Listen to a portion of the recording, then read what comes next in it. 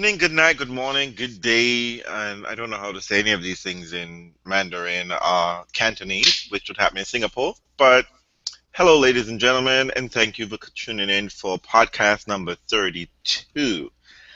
Full episode, there are more than 32 podcasts, and today's episode will be called Suckers in Singapore and Balls Stop. in Basel. Oh Lord. Okay. That might change throughout the show, but I'm somehow thinking this is quite apropos for it to be suckers in Singapore and ballers in Basel. All And right. tonight, let's introduce our wonderful co-host. As always, my wonderful co-host. I am nothing without these ladies. And Mhm. we have Don't ever forget it. the foreign correspondent wait her turn, please. Just saying. We have the lovely Audrey from Silly Tennis Travel. Yeah, Janina. And the foreign correspondent Janina is here with us tonight. And as always, last but certainly not least, the hostess with the mostest is our lovely Bridge P. Karen from The Spin. And fans, I want you to listen out. She's a new woman.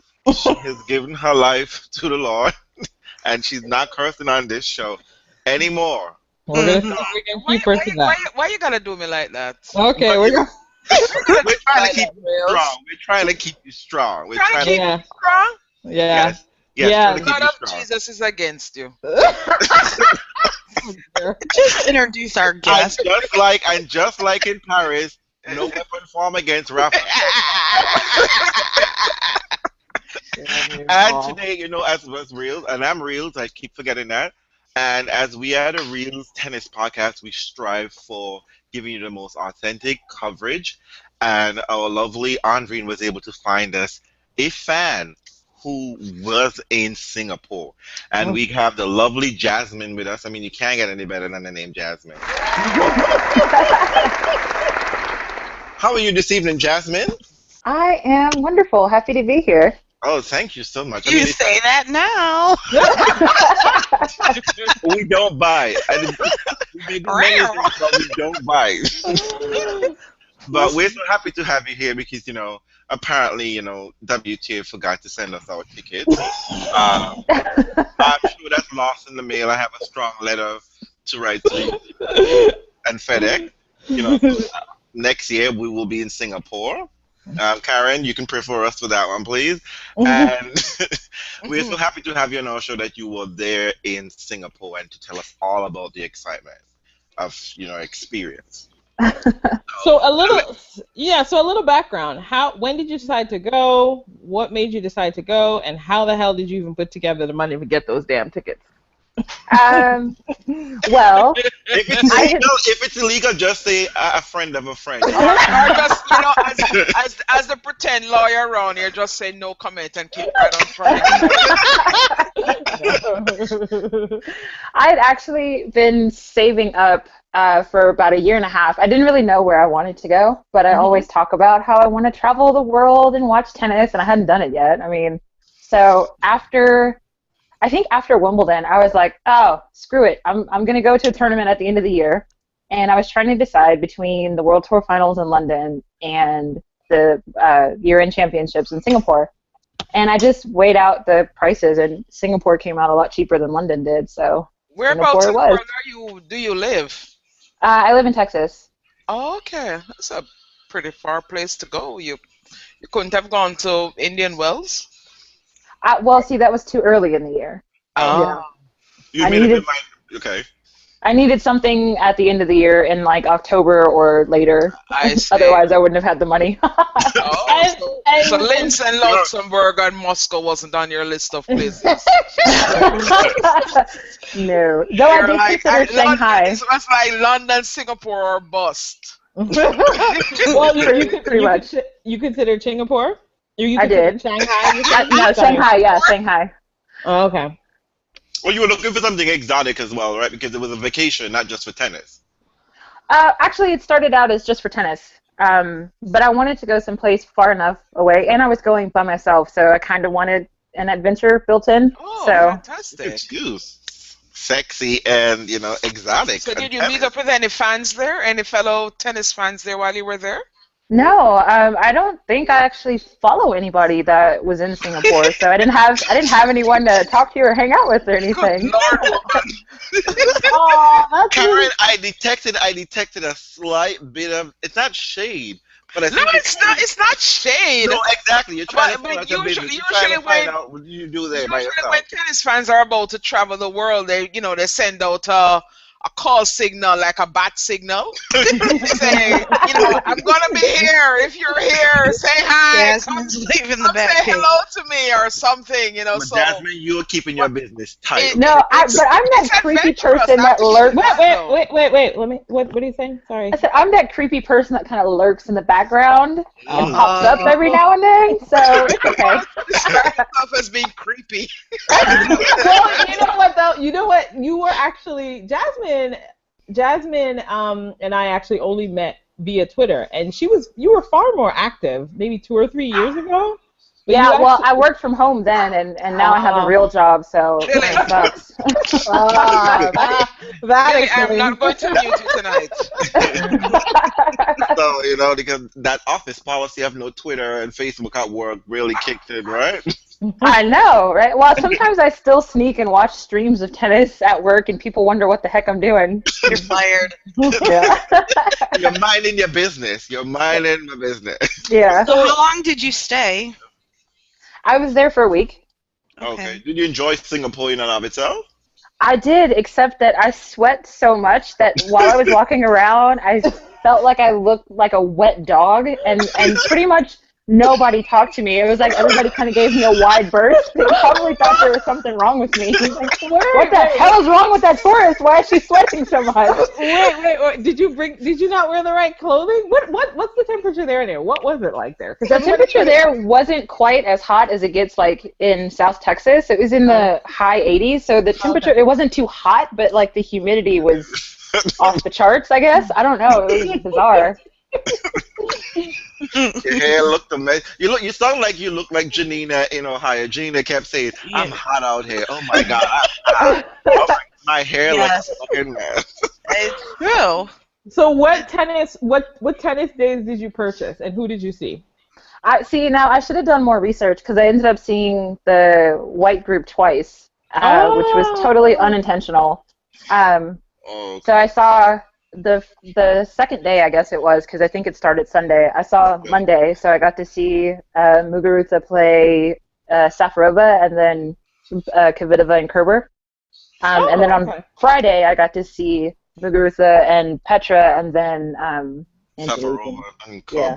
Okay. Yeah. Let me ask you a question. Okay. Is this your first time at a tournament? No, I go to the one that is in Houston every year. Oh, the men's event. Yeah. Have you watched much women's tennis in the past? I watch a lot of women's tennis on TV, but this is my first women's tournament. Okay. So let me ask you something. Muguruza, we've had a little bit of discussion over the past couple of weeks about Muguruza and her game since she's taken on Sam Sumik. You've seen her up close and personal. What are your views on her game style, pre-Sumik and now present Sumik? I'm not sure I paid much attention to her earlier in the year, so I wouldn't really have anything to compare it to. But I like her game. She just needs some mental work, I think. It's like she just goes completely out of it. She'll just zone out for a few games before she comes back and she's like, "Oh, I'm playing. I should probably do better." I think that happens to every player, probably except Sharapova. And I don't like Sharapova. I apologize if I offend anyone, but like I really wanted to see her play. Andreen, you probably offended. No. Listen, my favorites are an acquired taste. I know this. You're trying to get that free candy money. That's all I can hear. No, I don't. You know what it is. I'm old school. I like all the older ones. But anyway, yeah. But you know what? That's a totally fair thing. That's something to just point out to anybody who's thinking about going to any of the finals. Is that I don't know. I didn't know how they do the sequences for the women's event. But that's why when you go to the World Tour Finals in London, if you can only go 2 days, you want to make sure you go Tuesday and Wednesday, because then you get to see all 4 groups. You get to see every single person play on those 2 days, because you got to make sure the sequencing is right, which is probably what they did this time around. It's like every other day was another color, right? Yeah. Oh, okay. So the real question we want to ask you, at least I want to know, is like, how were you? I guess Chris Chase might want to know. Did you feel robbed when you found out Serena was not going to be there? That is an understatement. And if my tickets had been refundable, I would not have gone to Singapore. Oh my goodness. You know what? Speak the truth, Jay. I'm just being honest, because like I wanted to go to the U.S. Open, and I missed my chance to go this year, and I was like, damn it, I'm just gonna go, and I'm gonna get to see Serena. And then when she pulled out, I was devastated for 3 days, and I went back through and looked at all of my purchases, and it was like non-refundable, non-exchangeable, non-returnable. So you're saying then that your disappointment stemmed more from the fact that Serena wasn't going to be there, and that's the person that you really wanted to see. Barring the fact that Serena was not present, Did you enjoy the tennis? Satisfied with the level of tennis that you were able to see? I really, really, really enjoyed the Muguruza Kvitova match. I like the power game, so anytime that there's people whacking the ball really hard, I'm gonna probably enjoy it. So I was so disappointed. Like I woke up this morning to find out that Aga won, and I was like, oh. Yeah. You and the rest of the world. Actually, unfortunately, I didn't wake up to see it. I didn't wake up. You know what? Let's talk about that Aga Petra match for a minute. Did you watch it, Jasmine? No, I didn't see it at all. Oh, okay. You didn't watch it on TV or anything? Well, here's the thing. I think I was still traveling when that one was on. Oh, okay. Oh, you just got back. Thank you for being with us. I mean, like, I really appreciate it. Did you see any of Radwanska's matches any at all? No, I didn't. She was not in the wrong group. She was in the wrong group. Yeah. Oh, okay. So, you know what, what was the setup like there? Like, what was the ambiance? Were there a lot of people? Was there like Yes, tell us about it. intensity? Yeah, what was that feeling like? Because you've gone to the men's clay court. How's it compare in some ways, I guess? The crowds are actually very similar. The people that are there are happy to be there. They're really enthusiastic, but it was pretty empty on both Monday and Friday when I was there. Yeah. The venue itself, the staff is really nice, but the venue itself to me felt old and like dank. They had carpet on the floor in the stands, and it was just dirty carpet. I mean, it looked a mess, and I can't imagine. I don't know, maybe that's me being a spoiled American, but I can't imagine people wanting to play there, you know, like. But I was under the impression that this is a new stadium. It wasn't brand new? No. The place didn't feel new? Did they say anything about whether it was going to continue to be at that space, or were they working to build something else? They didn't say anything about building a new space, not that I heard. Oh, wow. Oh, so it felt old, huh? It felt like out of place. Who puts carpet on the floor of a stadium? That was so bizarre to me. Exactly, right? So do they come out with vacuums in between sessions or what? No, what falls on the floor stays there. I mean, it was just disgusting. Yeah. It's like your living room, and you just never clean up after your kids. But worse. Or like the floor of a college dorm or something. Oh, man. See, I always want to know the logistics. Like, how much was a ticket? Did they sell it as packets? Like, how did they do that deal? They split it up so that they had sessions. On Monday, they only had one session, and it started at 4 p.m. Okay. That ticket, I don't remember how much I paid once it converted, but the face value in Singapore dollars for the Monday ticket was $71. Okay. And so it probably came out to like 60 or 58 or so in U.S. dollars, and then the Friday ticket was 98, and it turned out to be 71 U.S. dollars. Were your seats good? Yeah, I was in section 212, which is like the second tier. Oh, and on the first day, I was in the first row of that section, and so I was like 13 rows up from the floor. Nice. Wow. And then the next 13? Day, I was it was 13 really close. Up for $58 is not bad. How big is the stadium? Do you know how many people it holds? I don't think it's know, a but 10,000 seat stadium. I was gonna say it's very small. Okay. It's very small. So But do you Let me feel ask like you something. The courts seem to be playing really, really slow. I don't know if that was a TV effect, but did you think the courts were playing quick or the ball was just moving slowly through the courts? It didn't look like it was moving too slow to me for the matches I saw. Okay. But I saw the power hitters. I didn't see any of the other finesse players, I guess you'd call them.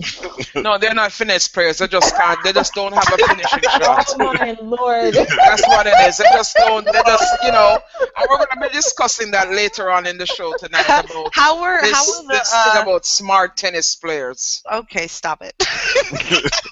How were the food prices and were the bathrooms clean? Oh my Okay, God. now this is going to be weird. I couldn't find the bathroom. Oh Lord.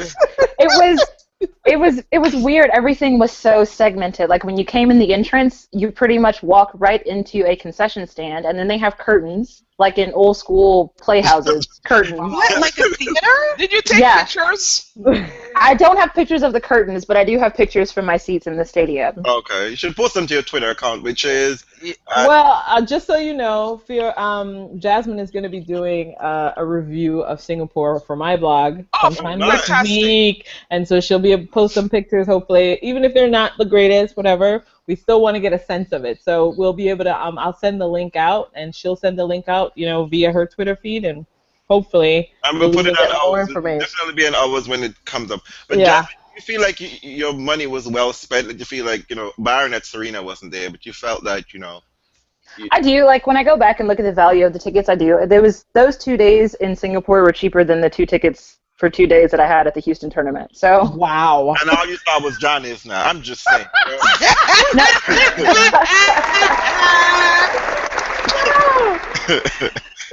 All you saw Donald. And Yeah. Jack Sock. Come on. You saw Jack Sock as well. But okay, you know who really annoys Rising me? Star. Wait. The person who really annoys me, who's always in Houston, is Gabishvili, and I can't for the life of me understand why he's always here. He hasn't been at the tournament for the past 3 years. He loves it, but you go there because you want to see Pico stop. Isn't Pico there too? No, well, Feliciano was here last year, so that was why I went. Every time I see Gabashvili, I'm thinking, Willy Wonka and the Chocolate Factory. I can't even think of who that is. The only He beat Murray in Washington, I think it was this year. Yeah. Oh, that guy.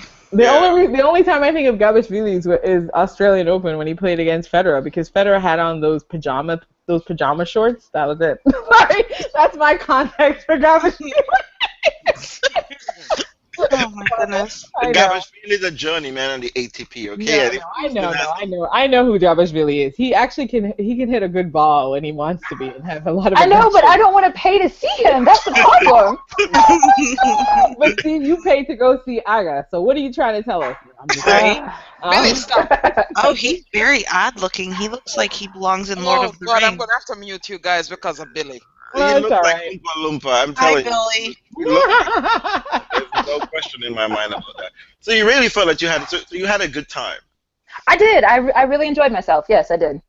So And how? outside Go ahead. of the tennis tournament, when you were out and about on your own days, you got a fair sense of Singapore, the food, the people, and the culture, etc. Yeah, it's it's really weird. Like, I guess I don't know, when you have been in big cities like New York and riding on their subway, going to Singapore, it's like a walk in the park. Everybody's so orderly. There's no pushing. There's no shoving. Like, they wait in line. They wait their turn. It was. I like my first day. I was like, am I in the Twilight Zone? What is happening? And it's clean, right? It's obsessively. It's wonderfully clean. So you were also shocked by that. Only in like the downtown areas. Like when you start to get to like Chinatown and Little India, like it's not quite as clean as the rest of the city. Oh, okay, so they have like the picture areas where they take lots of pictures out. Oh yeah. Yeah. What is Singapore food? It's like a mix to me of, I guess, Chinese and Indian. Okay. I ended up eating rice probably every day. I eat rice every day here too. So Oh, okay. no, not at the same place. So, in terms of where you stayed, was it relatively easy to get to and from the tournament and all of that stuff? That whole negotiating, that was pretty easy and painless. Like, I mean, Their subway system is really easy to get through. So I got a subway pass for the 5 days that I was there, and basically I took the subway everywhere. And thank God, like, everything's in English. So they have a announcer on the train that tells you what the next stop is, so you always knew where you were going. And they have a stop right at the stadium, so it was really easy to get to and from the stadium. So do you see why Stacey was so enamored of Singapore and why the WTA needs to stay there? Or would you lobby for us all to go back to Madison Square Garden? I mean, I'd always push for something to be here. I think that, again, spoiled American, I think that we do sports a lot better than most places. Mm-hmm. And after being inside the stadium, the experience outside the stadium is a lot more, I guess, up to par of what you would expect at a high-quality tournament, but that stadium interior needs some work. Really interesting. What about fan enthusiasm on the ground? That's my next question. Actually. Oh, they were. I thought that they were really enthusiastic. Like, all of the people in the little, because they set up like tents, I guess, outside of the stadium for all of the activities in the fan zone and those kinds of things. And all of those people were very, very excitable and like pleasant. And the fans inside were chatty, but they were all talking tennis. It wasn't like they came and were having a business meeting while tennis was going on, which happens sometimes. Not like that whole U.S. Open crowd. Thank you very much. Oh, my Lord. Shade for the U.S. Open. Shade for those. But you know what? Those people at the U.S. Open has money to burn. I mean, they buy 50 million T-shirts and whatnot. They have money to burn, and they pay for the food, so... Oh, by the way, I really wanted to buy a T-shirt because I wanted to commemorate my trip to the tournament. Yeah, they don't make a size that I like to call fat American, so their extra large was like a child's medium. Really? Yeah, I unfolded an extra large, and I was like, "Where is this supposed to go, on my thigh? Like, I don't understand." I really. Did you give me that foreigner stare like she too fat? Did you give me that? Yeah. Oh no! You know this, but you know it's interesting, right? Because it's almost like the event isn't quite prepared for an international crowd. Not at all. I would definitely agree with that 100%. But were there a lot of foreigners there? In the crowd? Not that I saw. No. No. Really interesting. So people, it's really. I'm curious about like who came to the tournament. I'm gonna have to figure that out. But hold up, guys. Do you know what the demographic, what the per capita income in Singapore is? It's pretty high. No, and it's a very cosmopolitan city. That's why I'm surprised there weren't a lot more international travel, because it is an international space. So when you put a tournament in Singapore, the assumption is that you could get quite a mixed crowd. So I'm a little bit surprised by that. That's kind of what I'm because no one wants to get on a plane for 15 hours.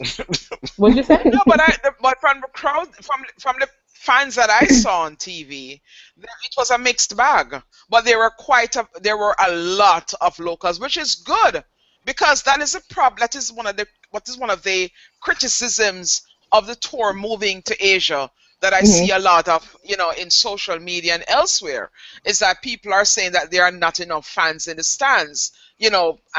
People who look Asian, they're not in the stands. And Singapore show that there are a lot of Asian fans out there, and they do come out to watch the tennis. They may not be doing it in China. But maybe know that people can have 2 kids, maybe they have a little bit more disposable income, maybe they have more time on their hands. Or they have a babysitter at home. Babysitter at home, come out to go watch tennis because, God knows, having 2 kids after only 1 kid for so many years, who knows, Karen, I can't believe you just took it there. This is what happens when you can't curse anymore. You take a pet commit point of view, right? That's what you're doing.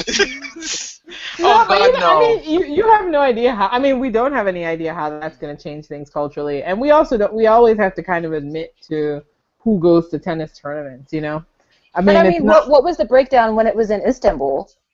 Yeah, that's the curiosity. I never really understood, but I always thought they just shipped those people in. So. I'm going gonna say this. I mean, like, and I'm surprised you mentioned that everyone was so enthusiastic. There is a term in, I don't know if it exists anywhere else, but apparently, like in the 1950s and 60s, you would have in like the opera scene clackers, where like famous opera singers would pay a group of people to be cheering for them loudly, only for them. You know, and then their so-called rival, they would have them scream out, you know, like stuff when their rival is on the stage, you know. That's So they have like interesting. these. So because in the crowd on television, you saw a lot of like local people waving flags for other country, and I'm just like, ain't nobody from Asia in the top 8. So But why I would wanted they to be know. waving their own flag? There were no No, players. I mean, like people at the U.S. Open, when you go to the U.S. Open, people who are there are usually, you can tell people from like they're nationalistic or like, you know, driven, patriotic driven people. They come out in like flags of the country, whatever the case may be. So I didn't know, because there's no other tournament going. I really wanted to know whether fans were genuine. Whether you got the sense that fans were really genuine, or they were just doing it for the TV, that, you know, someone just like, hey, cheering section. It was like a Yeah, Donald well, Trump there are early some rally. fans, it looked like they were kind of brought in, like those fans that have those big heads of the players' faces. Yeah. Because, I hope you took because like, pictures of that. I hope you took pictures of that. because in order to get into the stadium, they have like this whole list of things that you can't bring, and that was the most extensive bag check I've ever gone through to get into a sports venue. Wow. And so they say that you can't have oversized banners and oversized like signs and stuff like that. So like the people that had those the big player heads had to have gotten them from somebody at the venue. Oh, you From didn't the see venue. them being sold anywhere. No. Oh, They interesting. probably bought it in piece by piece and connected it. We're gonna Stop. meet her. Well, I know that you said that you missed Serena, but did you get a sense from from sort of the general Twitterings and people who actually were speaking English, as you said, did you get a sense that she was missed at the tournament? No, it wasn't something that I could hear anybody talking about. I think the people that came were happy to be there and they enjoyed themselves. Like, especially that Petra Muguruza match that was on Friday. The place was really hopping for that match, and it kind of just like went downhill from there. But like I had to leave early on Friday because I had to catch my flight, so I didn't get to stay for the doubles match. Oh, okay. But yeah, Kerber, like, I don't know, Kerber, it seemed like she had just checked out. She was so She usually disinterested in that does. second match. Oh, she Yeah. was mad. She was mad. She said, I think, if I'm not mistaken, they should have played both matches simultaneously, so there will be less pressure. What? Yeah, she That did doesn't- that. That doesn't even Yeah. make sense. You have to you have to sustain your own interest in your own Thank match. you very much. I mean, But she held her fate in her own hands because if she had won, she would have moved on. So it's not like she was depending on someone else to win for her. She didn't like knowing who was waiting for her had she won. I mean, that was her point, generally. Like, the fact that she felt that Lucy, because as Kvitova had won her set already, and she had to win the match or win it as a set, that she felt that put too much pressure on her. Oh my God. I know. She should not be playing tennis. Sorry. What? Yeah. She should not be competing in professional sport. If you can't deal with a pressure situation such as qualifying for the semifinals of the year-end championships, then you need to be playing Zanjin. No. Honestly, you need to be playing Zanjin and just duking it out there with the Svitolinas of the world. You're not an elite player. You're not. And I'm sick and tired of listening to these women talking about, oh, the pressure of doing this. Of course it's pressuring. Even the little country club runaround person out there feels pressure in a league match. That's what sport is all about. Right. But the difference between me and you is that you're being paid millions and millions of dollars to feel this pressure and to rise to this occasion. Yeah. The constant harping about, do everything so that I can be more comfortable. Come on. Well, I'm sick and tired of that. Kerber wasn't about that life. Well, we all know that tennis players are spoiled fucking brats anyway. They're coming across as weak and ineffective and ineffectual. It's getting on my nerves. Is it? Calm down, Karen. Calm down. We So can't. I mean, well, it is kind of. I mean, this is sort of the fun of being round robbing, and then like the disaster, right? Because I saw it's like you have the two people end up in the final who did what The least work. comparative the least work in the round robin Yeah, stage. ended up in the final. Exactly. They won one match. One match. Out of 6 matches. Oh man. And I really wanted to like. Five. They weren't gonna play five. Matches, they only won five 2. matches. And you Five really matches. wanted what? No. I said I really wanted to jump through Twitter and slap Petra when she was like, "Oh my God, thank you, Lucy." I was like, "No, Oh my God. Somebody who gets it. Somebody Gets it. So was I. I was so upset. And the fact that Lucy essentially set up her best friend to end up into the final because, Yeah. it wasn't enough for her to fight for herself throughout the week. Oh, Thank you very no. much. Let me do this for Petra. And do you know that was the first thing the guy said after the match? Like when she won, the first thing he said was, "Well, it didn't do any good for you, but you put Petra through to the semifinals." Oh, that man. I mean, someone needs to talk to him because he is. I don't Was know. that Andrew? Yes, I don't know if he's keeping it too real or maybe he just. You know what? Listen, no. That guy's an idiot. That's the problem. Like, I mean, he went up to Aga. Aga just won her semifinal match. He said to Aga, you put on any more tape and you could go as a mummy as a Halloween. No, boo, that's for Twitter. That's for the Twitter. That's for us on Twitter to say that. No. I would have paid money to see that. I think it's so just bad. right to say that. Why is she always taped up? But Listen, how long have I been talking about Aga? I'm just saying, look.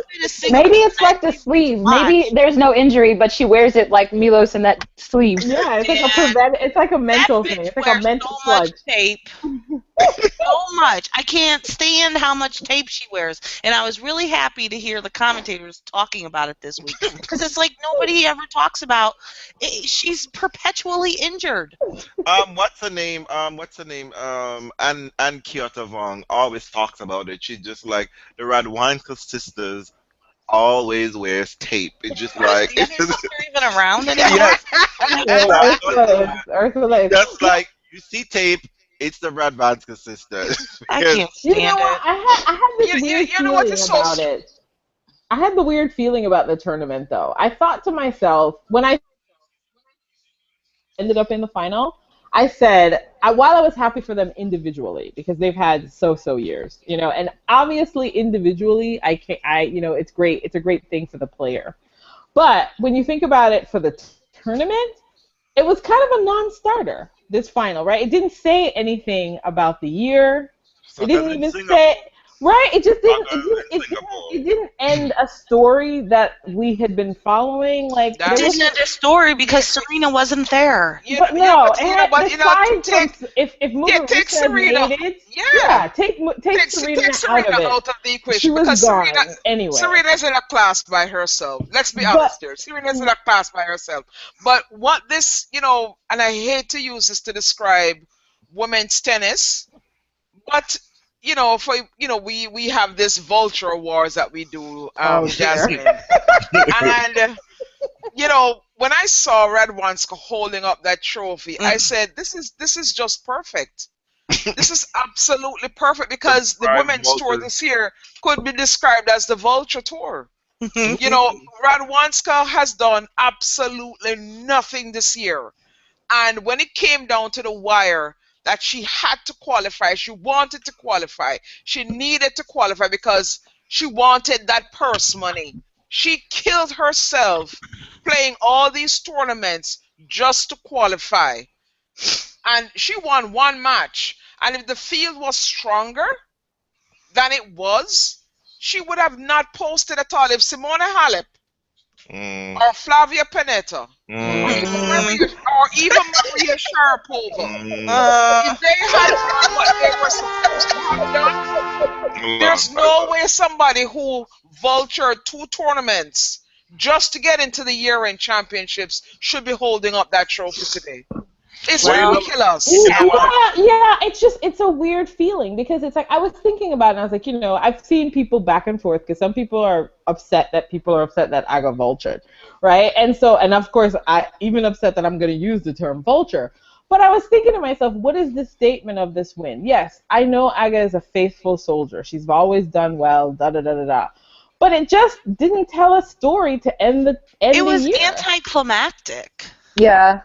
You know what I mean? It's like Aga. Basically was a disaster all year. But then again, you know what? What are you going to say? If you're going to put a lot of emphasis on, say, the slams, and then the person who won all the slams wasn't there, then what you're going to want to focus on is the person who won one slam, and then maybe the other people who were competing in the finals of slams. But see, you didn't even have Tamia. If Tamia had made it, right, then she could have. Then you would have exactly somebody like Tamia. Bencic. It's like at least their through story would have continued. But I think that's why I latched on to Muguruza, because she had a good second half of the year. And the vibe, yeah. So it was kind of like... It took as much as it did. Yeah. You know, she won a premier mandatory title, which is good. She posted in another final at another premier event and lost. So she had a pretty good season, you know, when you look at her win-loss record and stuff like that. But we have to take the slams out of this. You can't put the slams in it when you're talking about the WTA Tour and the year-end championships and who should or should not qualify. As Janina said, Andreen said, somebody like Bencic, if Belinda had made it, it would have been a fantastic story. If Lucy had even posted the way she was supposed to post, having regard to the fact that she made a couple finals this year, she won a title. You know, Lucy did pretty well. We could have said, okay, fine. You know, at least we have some really good storylines from players who have done well on the WTA Tour. Even Venus. If Venus had made it, Venus won a couple titles this year. You know, Svitolina, who won titles. Frankly speaking, Jean is looking a lot better. It has more stories. I'm looking forward to Jean. It has more compelling stories than who ended up here. And I was like, how did this happen? Well, I can't understand why is Wozniacki playing that. Because of Wozniacki's thing. How the dickens did she qualify? Well, I think somebody had to turn down, right? Did she get a wild card? I think like Stosur didn't do it or whatever. There are a couple people who had options of coming but didn't come, so maybe that's how she ended up there. But you know, it was kind of just like a this is not a. It's a nice, well, yeah. Well, you know, I mean, you know, but you know, every year, everyone has this, right? I'm sure the ATP has years where it's like the final doesn't, like last year the final meant something even though Federer couldn't play it because it was those two were sort of neck and neck all year. Right. So it's like you kind of want the final of each tour to be a culmination of the storylines for the year. Well, I mean, isn't this indicative of the U.S. Open? Basically, just like this is the ATP's version of U.S. Open finals, where again, this is Flavia Pennetta and Roberto Vinci end up in the finals. Like, what the fuck? Like what?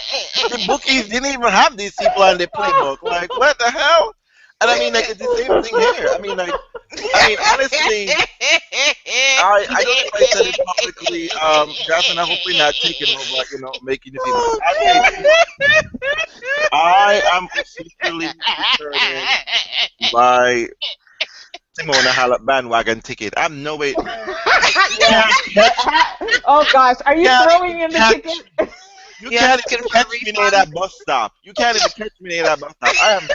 I am not messing with Simona ever again. I mean, I thought, you know, but you know what? I should have known better. Billy, because you can't rely on Simona. No. That's really what it comes down to. Simona and Muguruza. I mean, Muguruza's own problem was that she played too much. She played too much. Lesson learned. Lesson learned. Don't do doubles. Don't do doubles and sing-offs. No. Wait a minute. I'm going to get to Muguruza in a second. I just got to go back. You know, Simona, I've been watching you for a very long time. I got you since Melbourne in 2015 when you folded like a cheap tent against Makarova. I remember that. And then you go down in the press conference and say some shit like, well, I'm just happy to get this far. You know, like, I'm just like, bitch, we ain't got time for that shit. Makarova should not be in the semifinals of a slam. No. She's done it. She's done it a few times. Well, she did it in the US Open. I'm just saying. She looks like she's never going to get to that. But you know what? You're right. She played the match and she did what she needed to do. But when I saw that Simona did that nonsense, I was just like, Simona, you need to get your shit together. I thought she played pretty well in Indian Wells. She got her life together and I think beat JJ. And I was like, and then I could get, the pressure of the French Open and Wimbledon. I got those, losses. And she turned I it mean, on during the exactly. She turned it American on in the summer. summer. Yeah, the But American I gotta summer. point out, I gotta point out to you, Simona. I don't know how the fuck you're losing to Lucius Baroni, but you know what? I'm gonna give you a pass for that as well too. You see, Have you seen Lucius Baroni play tennis? Man, that Look, girl I'm hits not. the ball like it's nobody's I am business. not evil, but that girl hits the ball all over the place. I don't know if she's playing on two tennis court because some of those errors are just trying to hit somebody else in the stand or something. I don't know how that works, but Oh, I'm just Can simply saying, we? Simona. But this at the WTA finals, that U.S. Open spectacular flop against you only showed up in Singapore to beat Flavia. That was it. That's the only goddamn that's thing you kind came here of to do. true. She was like, I need my And you know revenge what? beat now. That ain't mean shit because Flavia's going home and she got that US Open money and you get nothing. You get to be a solid, silly number 2 in the world. And ain't nobody checking for you. Is she number 2? I think it's Muguruza. But Muguruza, I She's number think, 2, I think. Muguruza's number 3. but it's this problem with Muguruza that she played too much tennis and unfortunately, I'm gonna say this, I don't care who got it. She got one of the worst doubles partner in the world, Carla Suarez Navarro. Ain't nobody could light a fire underneath that girl. It's just, I mean, So like, it I was saw them nice. playing doubles, and they're not good at the net, so they can't save their own. They can't, they're not very efficient. Well, they must be good enough because they got to the final. But I mean, no. Jasmine, did you watch any doubles matches while you were there? I saw the Chan sisters play. They're fun to watch. They were fun, but they had some major, major brain farts during their match.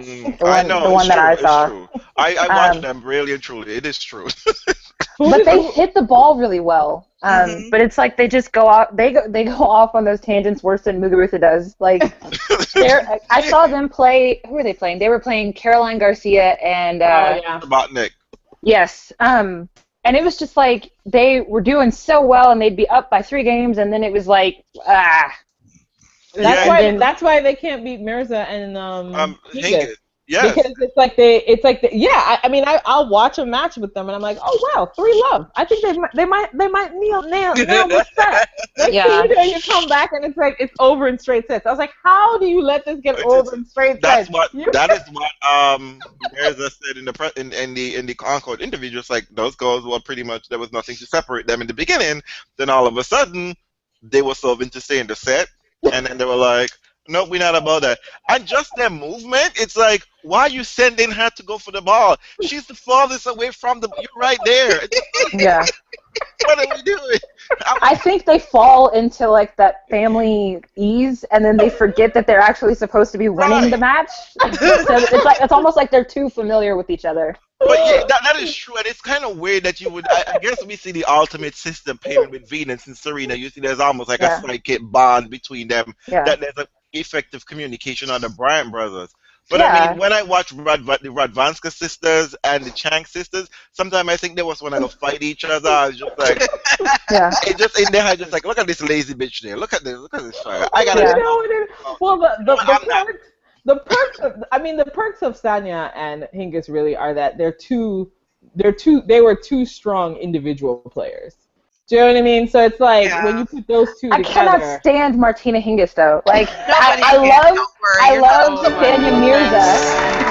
Oh my God! You just opened all the floodgates now, girl. I do. I love Mirza, but I can't stand her partner. Ugh. Have y'all seen Martina's new commercial for, I think she has a clothing line coming out, and she's talking about it, and she says, we just want to look pretty on court. I love it. Please. I love it. Really? I threw up in my mouth. No, like that was just such a stupid thing to say. It was stupid. She's old school. Martina has always liked being a girl on court. She's always been her thing. That's always been her thing. No, if one of your top priorities is actually how you look and not how you're playing, we've got a problem. Are her and JJ best friends? No, it can't be. Hello, Martina was winning matches. You can't, just because someone admits they want to look good doesn't mean it's the only thing they care about. Come on. No, I'm not saying it's I'm just like, why is that such a top priority? And you know, as much It's a as big like deal that, because we talk about their outfits. Of course. you know, exactly. And this outfit this year has been stink all over. Don't get me on that rant. But let me just say, if you want to talk about vulturing, you gotta give Martina Hingis Queen She's vulture. smart. Because Do it. she is Queen. vulture. I'm telling you. She's Because like, I she's can't number do one single. without a slam for ages. For ages. She was ruling WTA number one. Well, she had to ranking. leave because let's remember she was tooting coke. Come on. She said that We never don't talk about that, right? That never happened. She and We Gaffney, talk that about never it. We happened. talk about it. That We never No, talk happened. about we it. talk about it. We talk about it. Yes. They talk about it too because people talk about the fact that realistically, in a post-Agassi snorting universe, there's no reason why she shouldn't have been allowed to come back into the sport. Oh my and God. in a post-Richard Gasquet, I got it from kissing someone. I can't. Let's not even go there. Okay, can we just take a moment though? I'm pissed because Oh Lord, I what are woke you up pissed this about? morning and I'm like, do I want to get up and watch this women's final? So I check the live scores and I decide it's close. I'm gonna get up and I'm gonna watch it. Why the fuck wasn't it on TV? Wait, it was. It wasn't? It was on Tennis It Channel? was on ESPN. I told you. I to checked Tennis Channel Was- and which ESPN? One that I don't It have. was on I have like ESPN, four of ESPN them. too. Or do you Oh. have Dish Network? I do. It was on channel 143. Motherfuckers. Oh, wait How a are you minute. gonna have You an didn't- entire tournament on Tennis Channel, and I couldn't find the It's final? a yeah, I had to switch. I went to Tennis Channel this morning to watch the final. Oh. And I I think said, that's just some bullshit. and then I had to say, oh, maybe it's on ESPN. So I switched to ESPN 2. And there Well, it you was. know what? Here's the thing. I did check ESPN, but I didn't actually change the channel. I just looked at the guide, and Oh. it wasn't listed, so I thought it Oh. wasn't on. Oh, wow. Yeah, Wow. it So was listed on the guide, ESPN 2, WTA tennis. talk No, about I an didn't epic do that. fail. It You're was a trying to total find. You're epic trying to fail. find a final, and you I can't got find it. out of bed to watch taped up Aga. They were both Whoa. taped up. Well, you know what? I mean, Jasmine, you weren't there for the semifinals, right? You just saw round robin play. Yeah, I just saw round robin. Well, okay, and you were traveling across the 7 seas apparently to get home. You talk about those flights. I'm not sure Asia's in my future. I mean, like, unless they're gonna teleport me or something. I would like to try another tournament, maybe like Beijing or Wuhan or something else Not in Beijing. Asia, but I don't Not think I Beijing. want to go back Martin to Cleese Singapore. asked- You Martin don't want to go Cleese back to said- Singapore? You wouldn't go back to Singapore? No, I mean, I'd have to have a lot more money because I'd want to be chauffeured around and be in constant air conditioning the next time I go to Singapore. Oh, Then- Jasmine, I do never not- want to sweat that much again in my life. don't ever come to Cincinnati then. Let me tell Never. you, Jasmine, Never. you need You'll to melt. take the Reels approach. You need to find yourself an ATP scrub. Oh Okay. my Lord! And you You're get not some. even- You get not Sam Groth. You know, you find yourself a Martin Cleese, I'm not gonna name. Somebody. What's that Listen. guy in Texas? Listen, that's not gonna happen because she's gonna still have to walk around. He's not having her chauffeured anyway.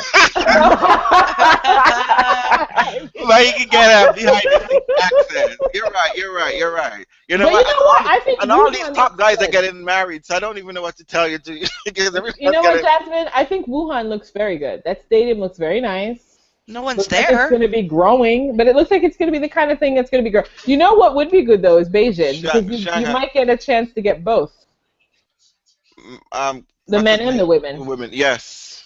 That's a Oh, good point. okay. Yeah, That'd it's be a little cool. bit more bang for your buck. Sometimes I like to look at, when I travel to tournaments, I like to look at those options. Like, am I going to get more bang for my buck? Am I going to see men and women?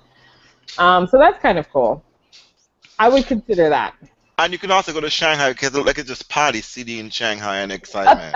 But all the ATP guys seem to love Shanghai. Like, that's So all they talk just about. Hasn't know, it won like- like top tournament for the past 3 years? Well, are you a Novak fan?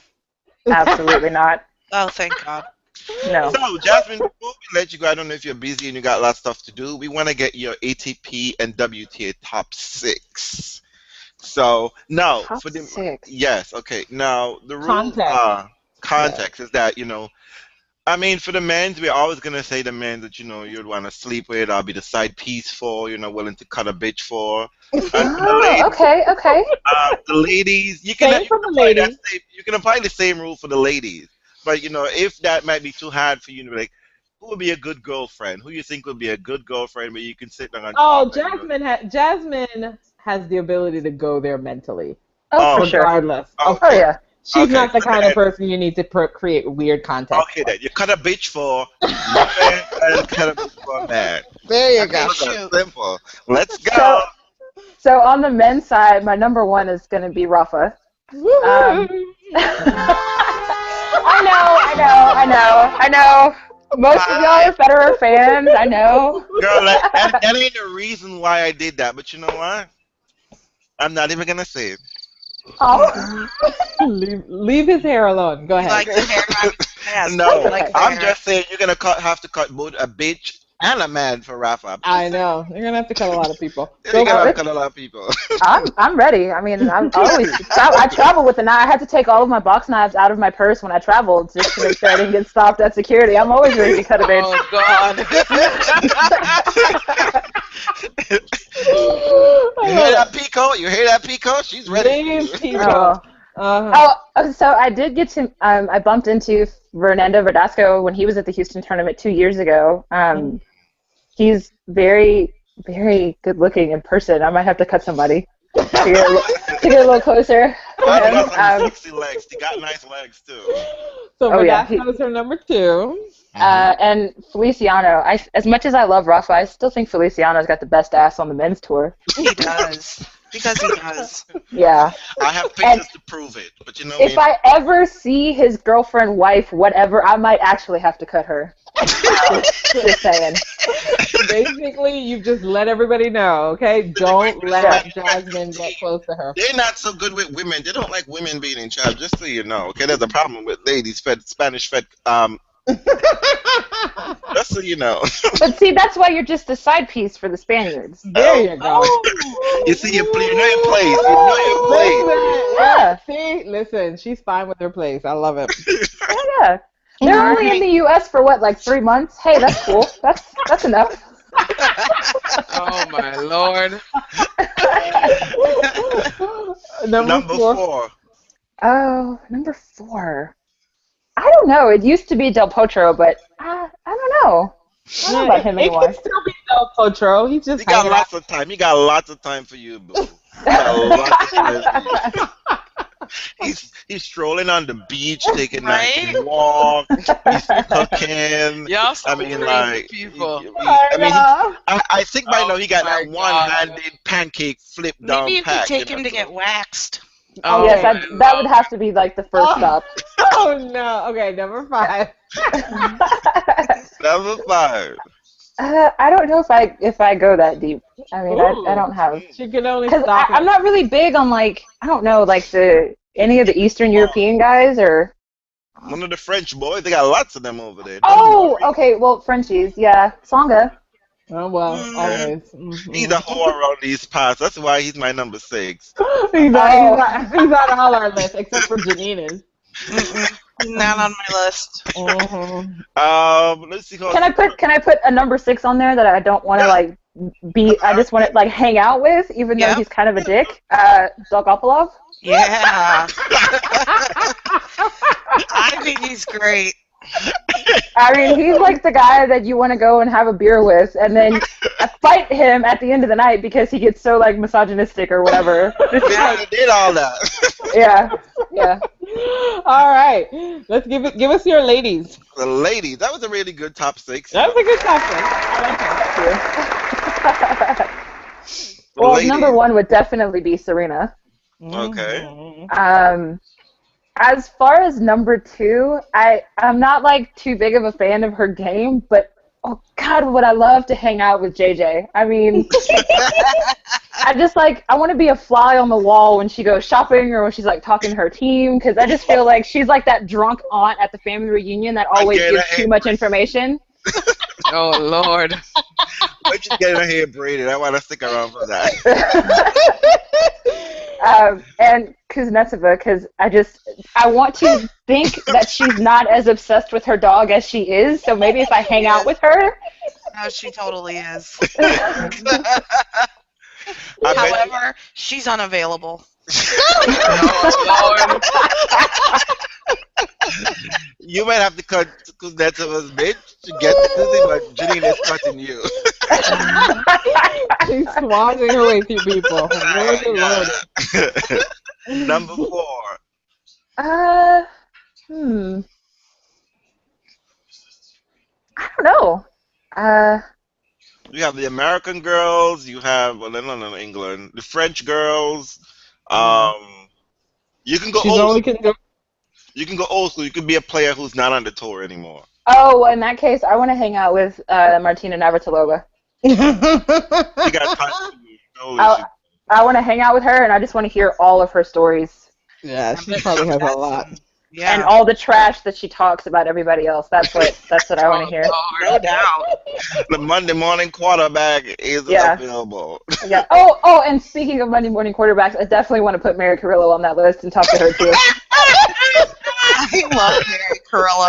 I love her too. I just want to pop her in the throat. I just want to say, I don't want to hear you talk ever. No, she does all the stuff everybody's thinking, but nobody wants to say it on TV. Mary Carrillo is great.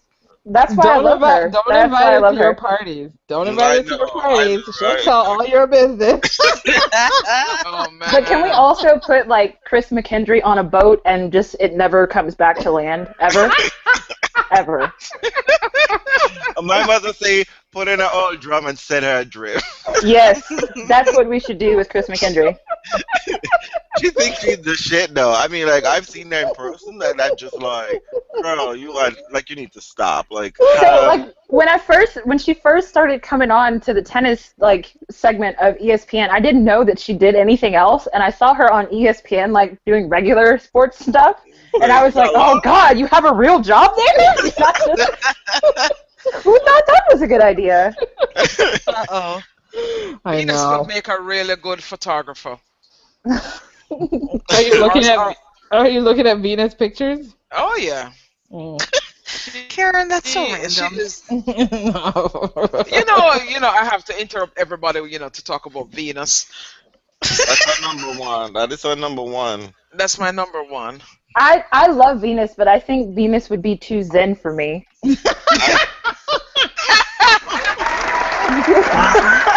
I agree with you. I mean, like, I love her.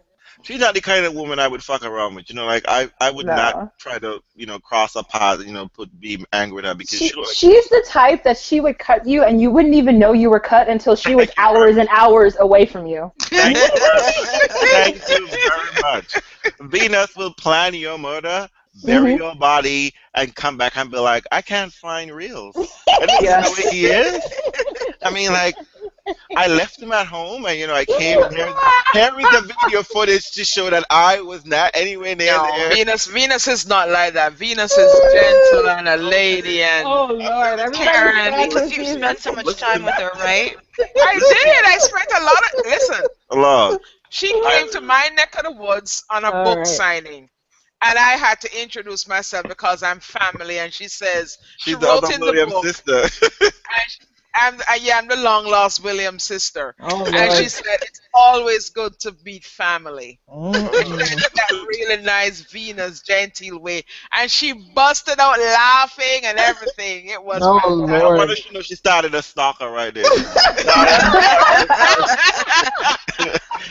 Listen, I felt like a stalker when I was in Singapore because I found out that Venus was still there doing like press stuff, and I was like, how are we in the same city and I haven't seen her yet?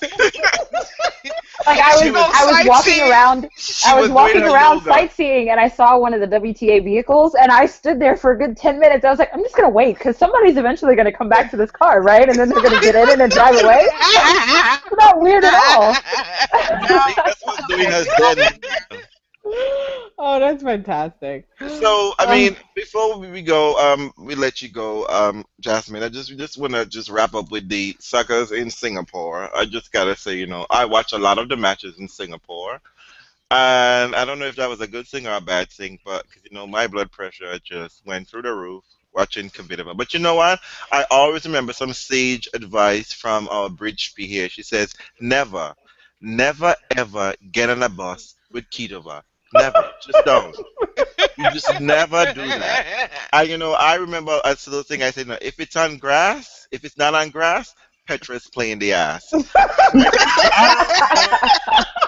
what the hell was going on? Perfect. I watched Kvitova take down Maria Sharapova. And I mean, that's really hard to do. And she's done it twice in big moments. Because she has a sucky. I mean, this was Maria tournament. She just had a whole, it was just Maria and pigeons.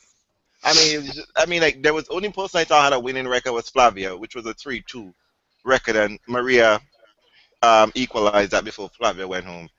And I thought this was Maria tournament to win. But I saw that she was having trouble closing out sets in the early first two matches that she played, I think.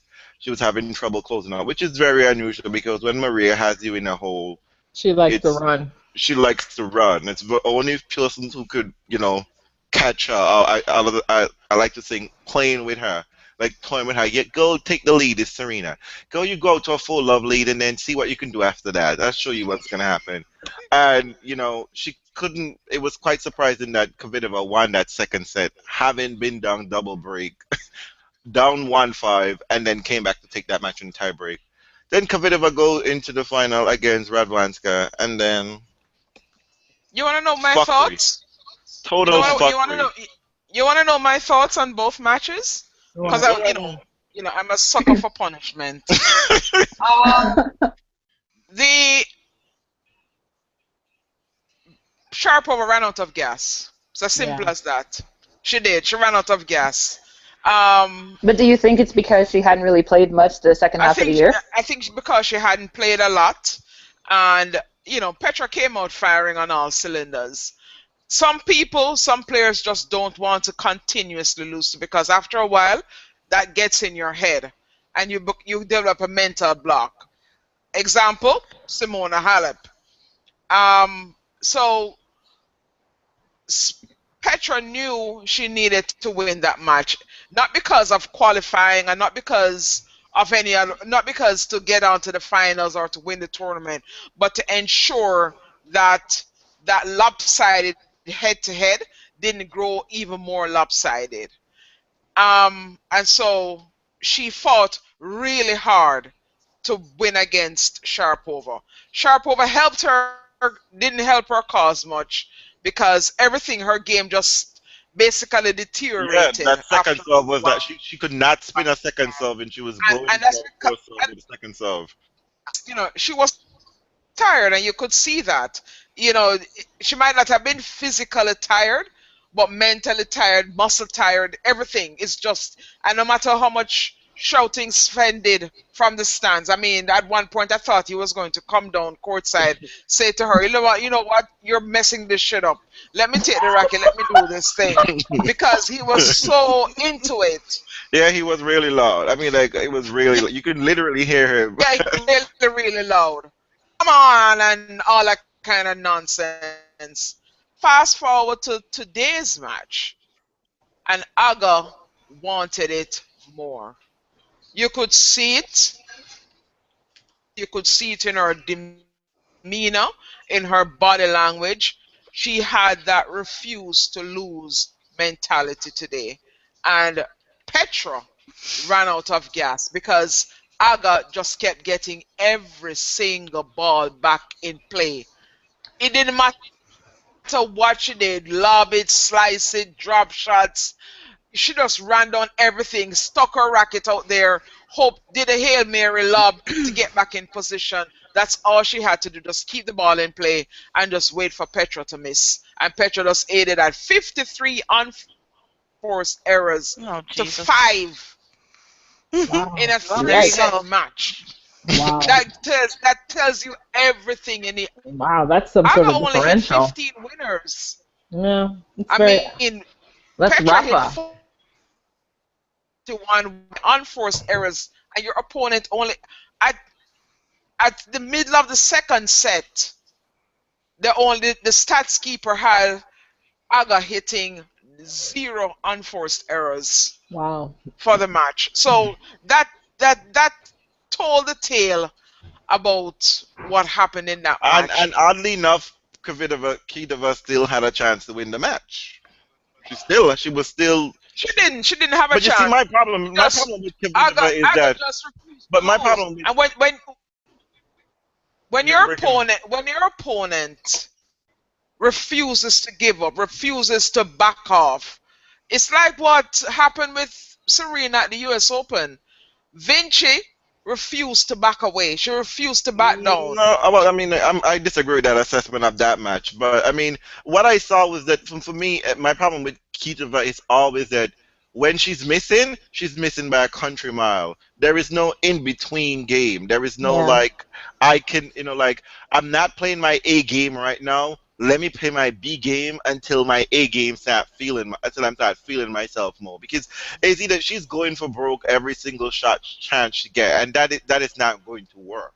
One day you're gonna be feeling yourself really on the money, and because that match went through highs and lows. Because she had the momentum going from the second set into the third set. And Radwanska was just like, you know what, let me just kind of like, you're right, run everything down and see what happened.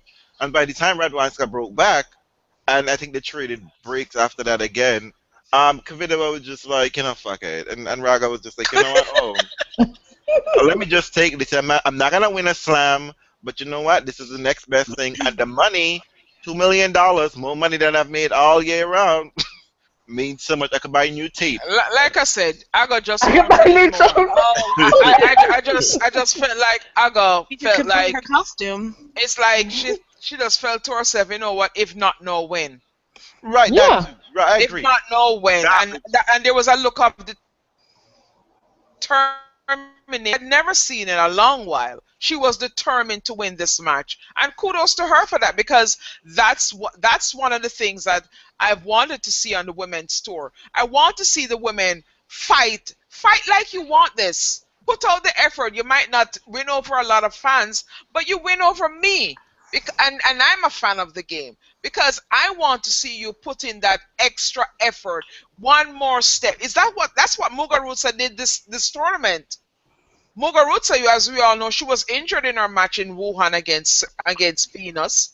And I thank you for that win for Venus. And she pushed, and she pushed, and she pushed, and she never backed off. She had double duty this year in championship, singles and doubles. And she pushed, and she pushed, and even when you knew that she didn't have anything left in the tank, she kept pushing. And that's all you can ask of an athlete. But Kerber, and this is why the persons who wrote this article about, Kerber, why her matches are must-watch. They're must-watch because they are train wrecks. Because they're a disaster and they're an embarrassment to the women's game. But you know what's interesting about Kerber is she had more fans in that stadium than anyone else did in Singapore. I love that. I could not, for the life of me, figure out where the hell Angelique Kerber got that kind of fan base from. Germans travel. Mm-hmm. Maybe they were German fans. And she has a very bubbly, like a very, welcoming personality. Plus, you know what? She knows it's the big racket. She does come across. I mean, like of all the ladies that I saw, that she does have that, she seems most approachable. Like she wouldn't, she might take a picture with you or a selfie.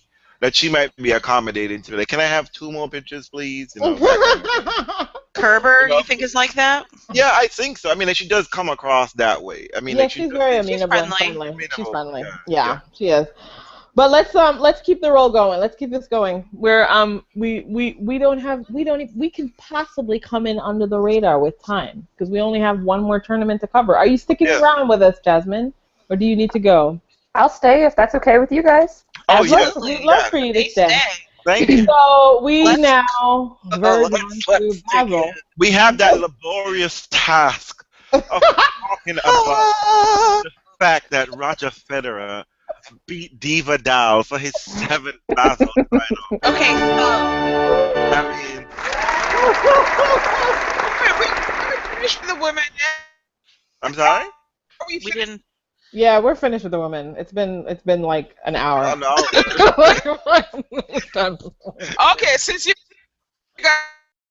I'm sorry you're Oh, breaking up, Karen. What's that? so we had Fidel today. Yes, We we had did. Fidel after How, Oh, what? you how did guys can't hear everyone? me? No, We no, can we hear you. can now. How You did probably. you feel going into this match? What were your expectations as far as outcome? Mine's are Be Jasmine. honest, I didn't even remember everybody. it. Jasmine, Jasmine, wait, I Jasmine, didn't expect Rafa to win a set. I'll be honest. No? I thought Federer was going to sweep through like 6-2, 6-2. So Wow. did I drank Sweetie, that. can I bottle that enthusiasm and Oh, perhaps a I little tiny drank that too, But see, Jasmine. okay, but I'm weird because I like Federer also. Not quite as much as I like Rafa, but I always have a really hard time when they play each other because I want them both to win. And I'm sure I'm an oddball. I don't know too many Federer and Rafa fans. No. You're a rarity. You're a rarity. You're rare because You are usually Fedel fans, they call themselves Fedel fans, but they're usually Rafa fans. Look, let me tell you how I really feel because I saw too much of Basel. Thank you, lady, for getting me tennis TV. I don't have to go Yeah. fringing up in some, link somewhere. But, I saw all of, Nadal matches, the Vidal matches. And let me just say to the ATP, y'all a bunch of motherfucking scrubs, okay? They Because, really were. listen to me. Somebody should. Let me tell you why I am mad. Why I was nervous going into this Vidal matchup. Because fucking D Vidal had no business being in the fucking finals. He had no business being there. He struggled the Russell whole had, way. I mean, this was struggle tennis of epic It proportion. was amazing. And you know what was gonna kill him? Was killing me because I know D Vidal struggled all the way to the final, and then played who does he get to really final? well. But his pigeon across the net. And nothing, you know what we say here? Nothing builds your confidence than your pigeon across the net. From just like shit. I've been playing struggle tennis Lord. all week long, and who do I get in the final? But my pigeon? Shit. Who's I gonna didn't stop watch me too now? much of any of it, and Girl, I didn't even realize that it was a Federer Nadal final until yesterday, Oh, and Lord, I was honey. like, oh, shit, I'm sleeping in. I ain't getting up. Roger's gonna go to another final and lose to fucking Rafa, who I knew had been playing like shit, because somehow the tennis that I did get to see out of Basel was fucking Rafa, and I'm like, this is all wrong in my life, but that's the way it worked out, and I thought, I know Rafa's not playing well, but it's not going to matter because he's playing Federer and he's going to win, and it's just going to be stupid. I did not expect Roger to win. I did not. You Even know when what? he was playing well, no, Yeah. it he was looked playing like he struggle was. tennis too. But He- he had some really nice moments, and he was being aggressive, and it seemed like he was playing Rafa, especially in the first and third sets. He was playing him differently than he typically does. He was And playing much more committed. yes, Yeah. and I thought, it doesn't matter. Yeah. It doesn't matter. He's still going to lose. Oh my God! Fucking like, oh my God, these are Federer fans who've gone through too many Federer matches. I'm telling you. You know Absolutely. what? Let me give you a little. Let me give you a little insight to my morning. So I woke up this morning and watched the WTA final. Watched fucking Kvitova. Fucked up my morning. Just like, you know what? Then I was like, you know what? I am not gonna watch this Vidal match. I'm gonna put it on mute. I'm gonna watch gymnastics. I'm gonna watch the World Championship in gymnastics. Then Oh, Lord. the fucking commentators at Scotland decided they're gonna have a whole song and dance and big old stupid talkie before we get to the actual gymnastics. So I had to watch the Fidel match. Oh, Lord. And Federer was being committed. Oh, There's my God. those crazy Rafa slices and those balls coming out of nowhere. Even I was coaching for Roger. I was just like, fuck, where this ball came from? No. He played Fed played But- great in the first set. But I would say that one thing I love about Federer in the finals with any of the top other two, big three, and Murray, is that you get quality tennis. Yeah, they You were. not get any fucking crazy long 20 match, whatever. You get good tennis. And I remember Andrine always says, Fidel, it's just a matchup. Even the commentator this is just this matchup. And Andrine says, Vidal can make Federer play ugly tennis. Because I'm like, Federer, why are we Doing. we are not playing netball. Stop putting the fucking ball into the net. Get it over. Why are you playing No. This is one of their. I have to say, this is one of their best matches they've played. It was a good match. It was a good match. Federer played like himself. I'm speaking about my heart rate, okay? That's Yeah, I know. You're not talking about the actual match.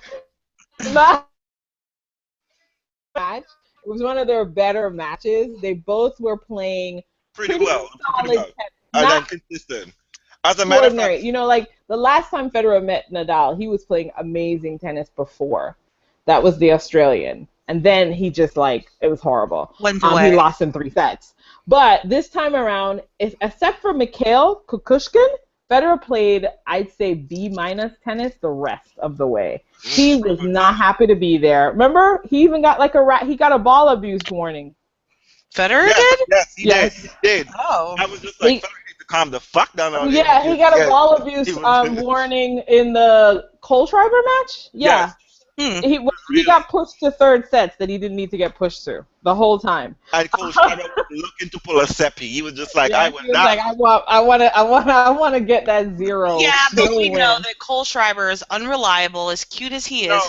No, it's not that. It's not that. That motherfucker's unreliable. That Basel crowd was rabid as fuck. They were like, they were rabid. They get shit together out here. I'm never surprised when Kohlschreiber troubles Fed. I'm never surprised. It seems to happen all the time.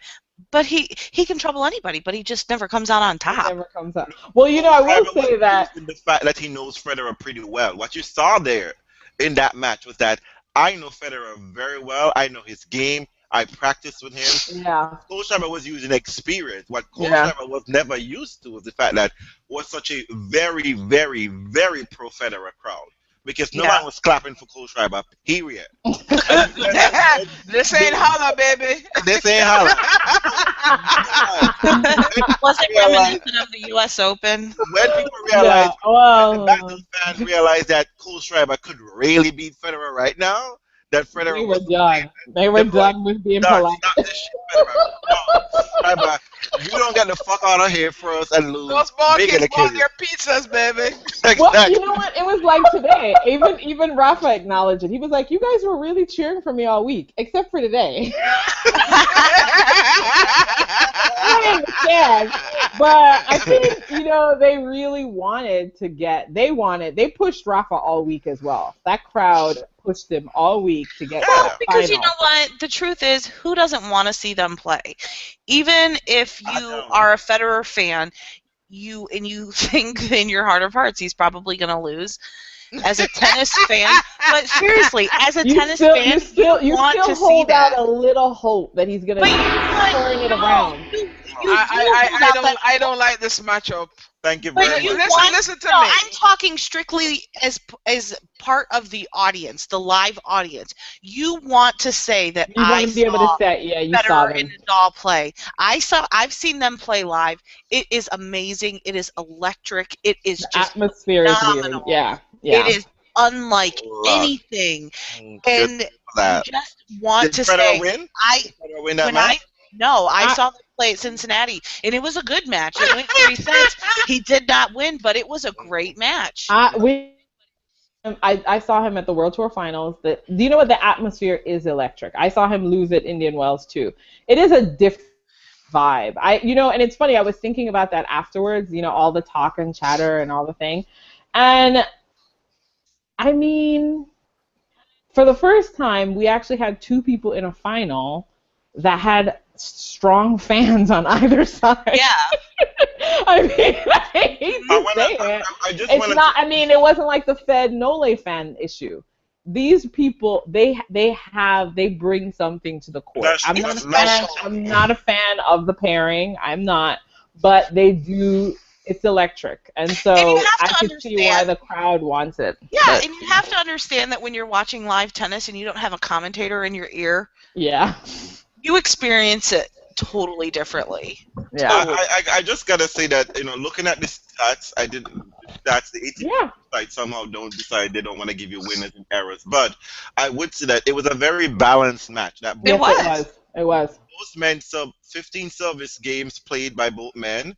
Mm-hmm. Federer had 12 aces, Nadal had 0, but Federer had 2 double faults and 3 to Nadal's 3. But first serve percentage. They both put in 68. 61. They both put in 61 first serve and made 46 by Federer, and Nadal had 40. They both put in 29 service points, second serve. Federer won 17 of 29, and Nadal won 18 of 29. And It was basically, tight. the difference in point was only 10. Federer won 95 of 180 points, and Nadal won 85 of those points. And Federer, surprise, surprise, had 7 break points, but he capitalized on 3 of them, and Nadal had 1 of 3. So they were really defending their serve. They were really playing solid tennis. I mean, like, if I were an outside, let's say I was a Nole fan, I would have been like, this is really good tennis. It's good tennis. It was It's good really tennis. good tennis, and it was very entertaining. There was crazy shots on both ends, and Nadal was just like, the faces of Nadal during the match. I'm not even talking about after the match. You're not talking about the ceremony where he was rolling his eyes. Watch. Oh, those are funny. But you know what?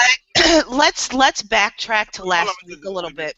Well, I think Jasmine was trying to say something. You were just laughing. I was just going to say, I think it's hilarious that as young as Rafa is, he's starting to turn into like a crotchety old man. with like his expressions and his attitude, like everything is just kind of Right so on his face dire now. all of a sudden. And I'll tell you why. Because what happened? I tell you why. This is very simple.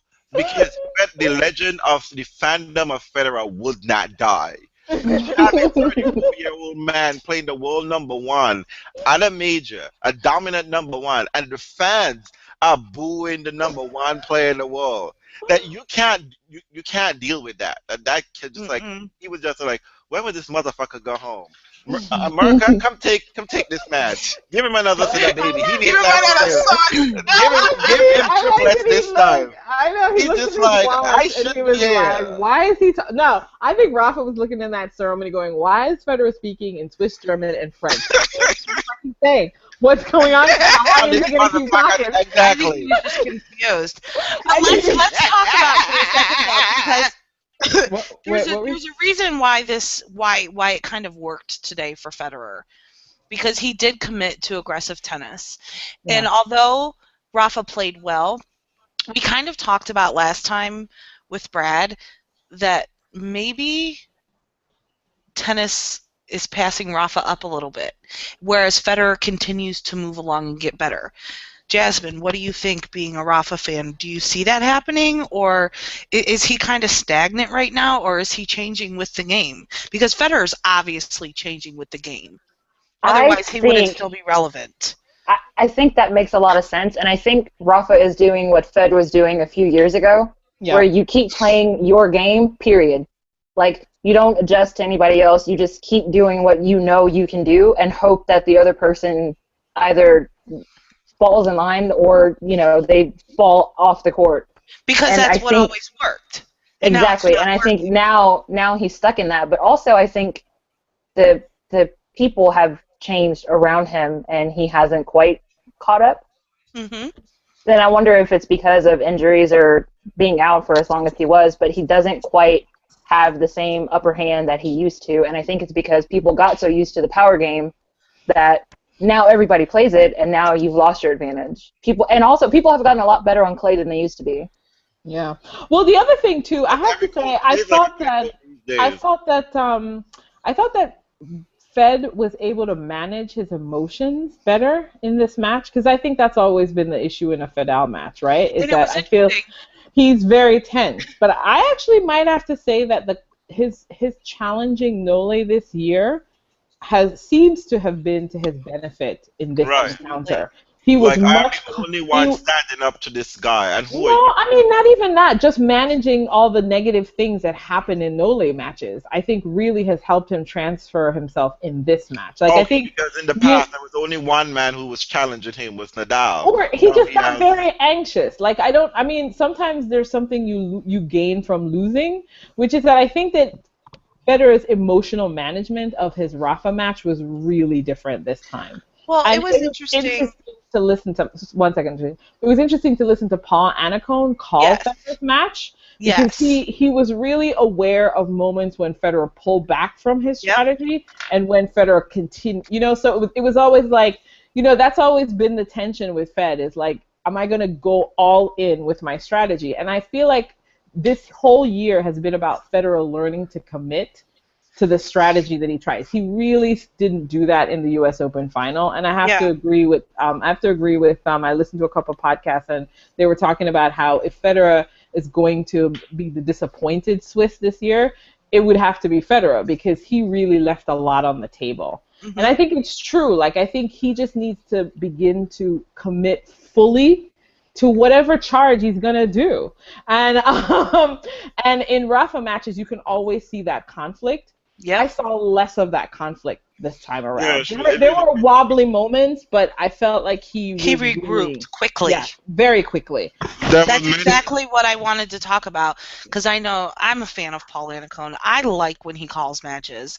I feel like he is he's the best at calling. He's the best at calling Federer's matches. He's great at calling Federer's matches because he's been on the inside. And he knows it, yeah. I see him as being neutral. Even when he talks about Federer, he isn't a fangirl, so to speak. So I appreciate that about him, and I always enjoy when he calls matches. But it was really nice and insightful and refreshing to hear someone who has worked with Federer for years say that the battle here is mental, and he flat out said it. It's one thing to talk about what you need to do, it's a whole nother thing to actually go out and execute it. And someone asked him, do you think that the struggle that Federer has with Rafa is a lot of that mental? And he said absolutely it is. Nobody else talks like that, and that's why I like him. Everybody else wants to give, yeah, sure, the matchup is a lot of it, but we've watched this rivalry for years on end. You know damn well a lot of it is between the ears. But most of the commies won't even touch that. Except, see, what Paul also said, too, though, was Paul said that there's a level of, but see, he doesn't define the mental the way other people defined it. Because other people define the mental as, oh, Rafa's trapped in your head. No, Paul defines the mental as Federer has to stay engaged at a certain level in order to deal with Rafa's game. And sometimes he backs away.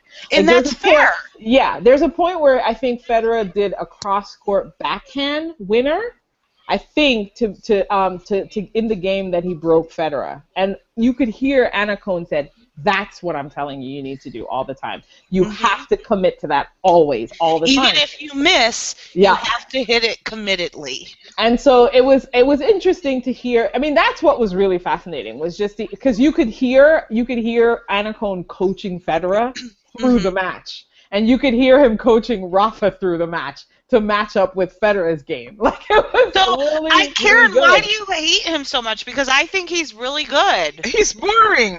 He's so boring. Yeah, he's like Martha Stewart calling a tennis match. He's so monotone and flat.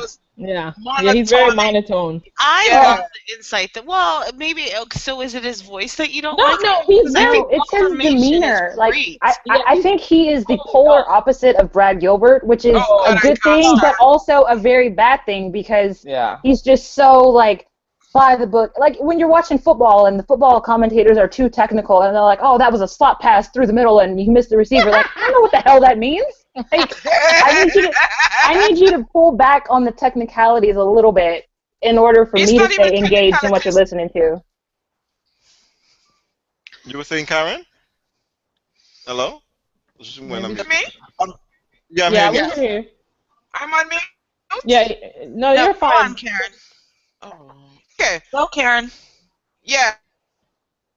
Karen, okay. With Brad, it's the humble. It's the. Oh yeah, you're good now. You're good. You're good now. I think. It's just the hyperbole or whatever. He's always exaggerating, you mean, and going on and saying something. And you sounding Daft Punk now, Karen. Something's happening, yeah. Something's happening, so we'll You're have breaking. to. Yeah, we can't hear Karen, which is too bad. Oh, well, Um, what I was going to say in terms of the match is that for me is what I think what I liked about what I saw Federer doing. He was like very you're right managing the emotion, but why people keep asking why is Federer still relevant at this age? It's because you look at Federer playing tennis and you look at everybody else playing tennis, and it's a completely um, different style of tennis. That Mm-hmm. he's changing things up. He's giving these big players behind it something to think about. So when Rafa and Djokovic and Murray play, they know that it's not safe for them to just sit on the back on the back baseline and dominate the baseline because you have someone who's gonna take advantage of any cheap shot, any short ball. I'm gonna go after that, any short serve because they're not as consistent as a server as Federer is. They always throwing out a little loopy ball. So that's why Federer is relevant. And I think the junior players need to take notes because I watch a lot of junior tennis at US Open and you little kids are just baseline rally bullshit. It's not cute. Y'all need to learn that. You need to have a variety. Tennis is about variety, okay? Like you cannot. but you know That's what's my point. interesting? But you know what's interesting though, in terms of just this matchup. Also, it was weird because I thought that Federer needed to win this final. Well, for many reasons, to be honest. I mean, it's his home tournament. The tournament director aggressively sought to get Rafa here, gave Rafa a contract before he gave Federer a contract. I mean, there was a lot of like background to this to make it feel like if Federer had lost here, I really think it was a big deal. But at the same time, I do agree with Federer in the sense that he said that he thought that Rafa had kind of won the tournament too, because Rafa survived an onslaught of what supposedly are the next big players. Right. And he survived it on his least favorite surface and got to the final. So even though he lost, I really thought that this was a huge win for Rafa because think about his season. You know, he got to the final of Beijing. He got clean. His clock got cleaned by Nole, but everyone's clock gets cleaned by Nole, so that's no big deal. Yeah. And then he loses in Shanghai to Tsonga, but again, that's a fast court, and Tsonga loves that kind of thing.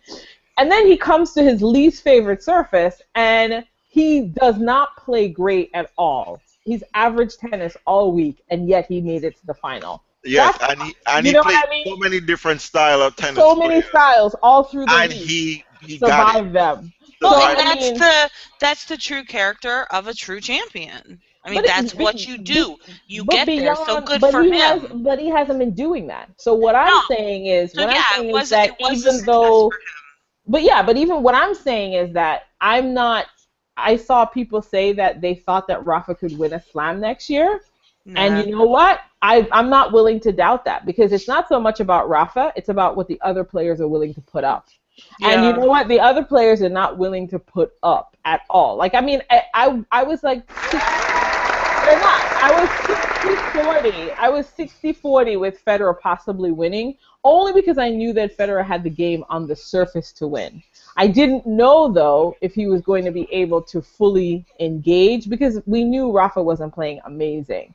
So I was gratified that Federer, was able to get through it. But what was interesting is how few of the other players couldn't stop Rafa.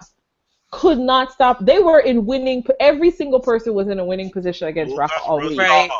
Every single person. Gregor Dimitrov.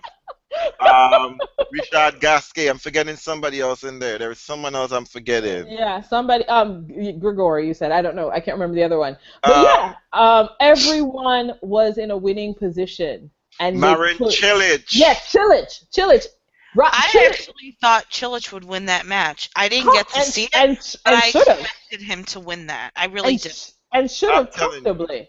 Even that's just... Even though Rafa won in straight sets against Gasquet. Gasquet was ahead in a winning position every game. Second set. And I think I tweeted you just like, look at Gasquet out here up in every set and will go home in straight set. So And you don't slow know, down. yeah. Sometimes it's a level of it's your level of competition, and but I do feel it's hard to know how much Rafa has improved until you see him play a top tier player. To be honest, so I'll Right. be curious to see, him play somebody who's not afraid to take a match, like a Murray or a Sangha in the right environment Or or something Stanley like when he's feeling when it, himself. oh, yeah, Stan. I'm sorry. I try to avoid saying Stan, but yeah, Stan is. Yeah. I have a blind spot against Stan right now, people. Just have some compassion for me. I really don't like Oh, Stan right Stanley, now. Stanley, don't think I forgot you. Yeah. Drag your ass all over that court. I'm just gratified that Stanley got out of the way so that Federer could have his Fidel moment, because you just knew that Stanley didn't wanted want to get to that Stan final. Federer. Nobody wanted to Mm-mm. see that final. I agree. The need and the hunger in that final would have been too much. It'd been like Monte Carlo all over again. We're not going there. So, Jazz, did you get a chance to watch the match at all? I watched the second set. Yeah, but that was a tight set. It was, and I feel like a couple of bad shots from Federer gave Rafa the set, but like all it took for Fed to lose that set were a couple of bad shots. Bad forehand, two forehand errors. Oof. And I was impressed with, like I said, I didn't even expect Rafa to play that well enough to get a set. So I think there has been improvement this year for him, but I think it's a long road back. I mean. Yeah. Thank you, Simone Biles, for winning that beam today, because that was backing me up. I was just like, Lord Jesus, Roger Federer, you are going to make me have to walk to Basel and punch you in the throat. Like, why are we doing this? Why? No, but you know what? It's also important that he survive a strong challenge from Rafa. That's an important. It's That's true. important Because for Paris, and it's important I for would London. want his, the Vidal fans with Federer and his 12th win to Roger Vidal's 23 wins. I know the head-to-head trolls. I didn't want to say, well, Rafa was injured, Rafa was weak. He wasn't feeling something. He fought well. He fought well. So it was Rafa was 100%. Okay? He put on some tape on that knee, that magical knee. Yeah, we haven't seen tape on the knee in a while, and it made me think. It made me think that I miss Rafa's knees on Twitter.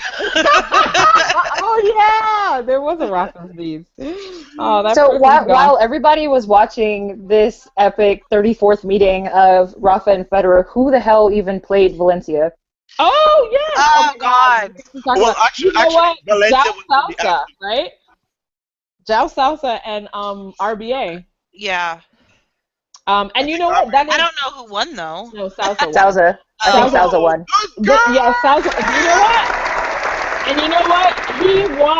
He won by. I think he came back from being a set and a couple breaks. Maybe I know at some point. No, he was down a set. Yeah, he won like 5 games in a row. He was or down something. a set in a break, and then poor RBA had like some sort of a massive thing on the back of the heel of his foot, a massive blister that really hampered his movement for the remainder of the match. But he really tried, because he was also down 2 breaks in the third set and got 1 back. It was almost a nail biter. Yes, And that was but that's also the last winner of that tournament in Spain. That tournament is moving from Valencia.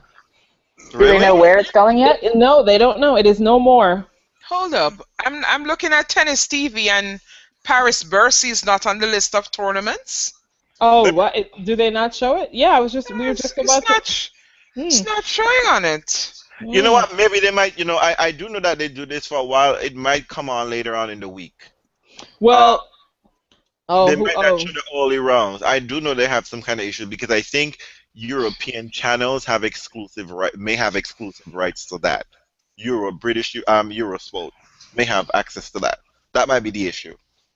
And ain't nobody checking for Manorino and Dominic Thiem come Monday. Well, the thing is, I would like to see Fabio and Tomic.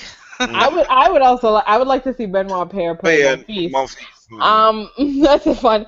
But yeah, actually, speaking of, who's about to get another challenge again? Rafa gets to go through Lucas Rosol again. Possibly. They're going to give him another try.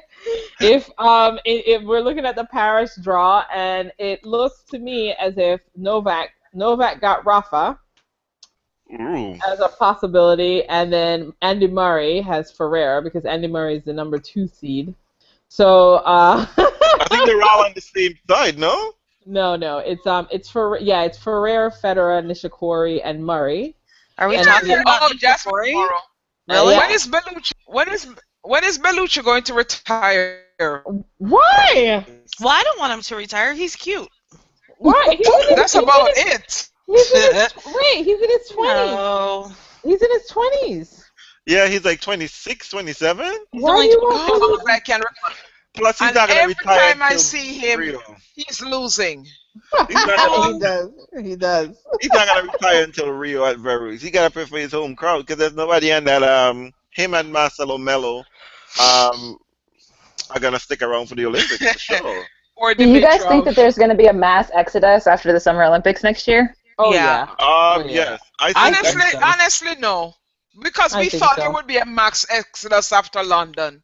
And there No, wasn't. I didn't feel like that. No, Well, not for London. No, I mean, not for London.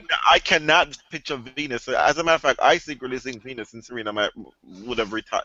They would have retired this year had Serena won the Grand Slam. But No, I don't think that. everyone think they're going on for the Olympics. But they have 4 gold medal. I don't know if they need any more. But I think after Rio, these old people are gonna go home. Venus and Serena are not gonna be playing on the tour plane. So you're saying I need tickets to Rio and not tickets to the U.S. Open just in case? Exactly. Just in case. No. I think they would play out the year. But I think the U.S. Open might get a hit. People are just like, fuck it. I just come from No, South America. I don't think so. I honestly don't think so. I mean, It's gonna be another vulture tournament. Watch this. I think New York is yours next year. I think what is happening is that Venus and Serena are playing for themselves now. Serena has said it point blank. She's playing for history and record and the record books. That's her goal. So, and next year they're going to be playing a lot of doubles. So look for the schedule to change up and everything like that. Same thing, you're going to see a lot of ATP players, top players, doubling up, playing doubles, because everybody's going to be getting ready for the Olympics. I don't see people walking away from the sport. One, because they have things to promote.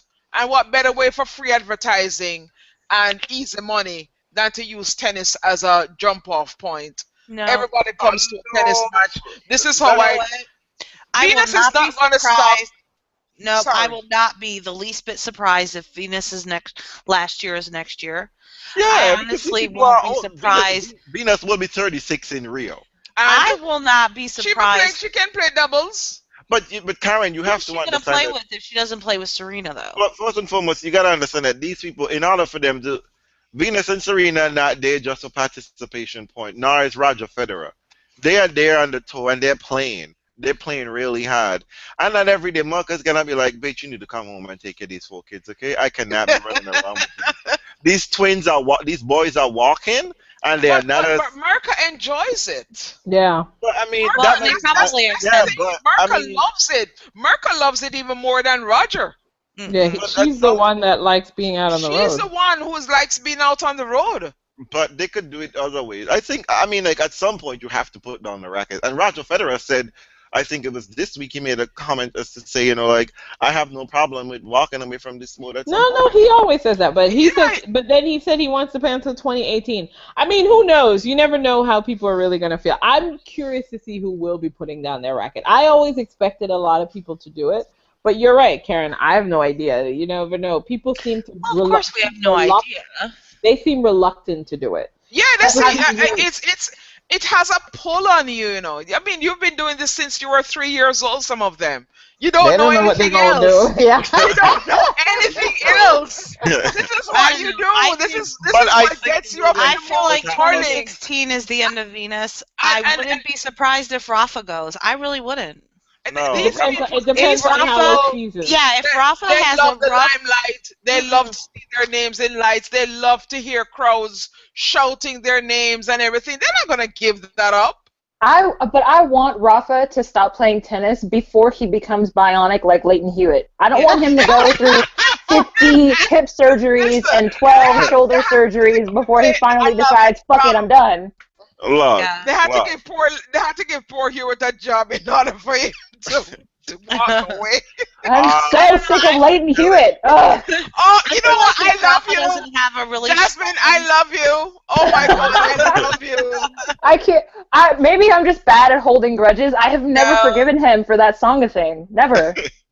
Songa or James Blake, you mean? Is that? Yeah, I'm sorry, James Blake. Are you mixing up black people, Jasmine? What's going on? Well, you know what people like Leighton Hewitt say. Like we all look the same, so whatever. It's not racial, Leighton here. It's not racial, mate. It's not racial. Mm-hmm. I am not. You know what? I don't like him. I really don't. Oh, And I'm just I saying, can't imagine, when I see people so quick to forgive him for his, nastiness and, still harping on somebody, anyway. Curious. We won't go to the saga of the homewrecker. That's for a wrap-up show. But I would say that I mean, like I said, Becky, Mrs. Hewitt was just like, don't you motherfucker come home unless I know there's a steady paycheck coming in here. You do not come off the tour unless there's a steady paycheck. So he had to pull Patrick Rafter off the Davis. Oh man. And get that going. But ladies, we should roll this up. is there anything else you'd like to say? As always, and shout out to Miles. Tennis news came out. I don't think there were any news items that were scintillating enough. How the dickens does Tracy Austin and Marion Bartoli get double bageled by Navratilova and Sanchez? Well, Bartoli can't hold her weight because she's lost all of her weight. Well, okay, so what happened there? What is going on with Bartoli? She's borderlining the anorexic phase. But also, like, when I first saw Petra on the first day in Singapore, she looked extra thin.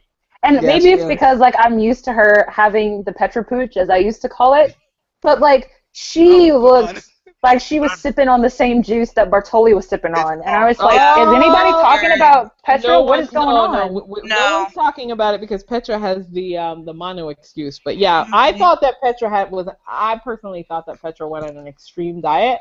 But everybody's telling me that it's mono. But she went on a reality show called Extreme Diet.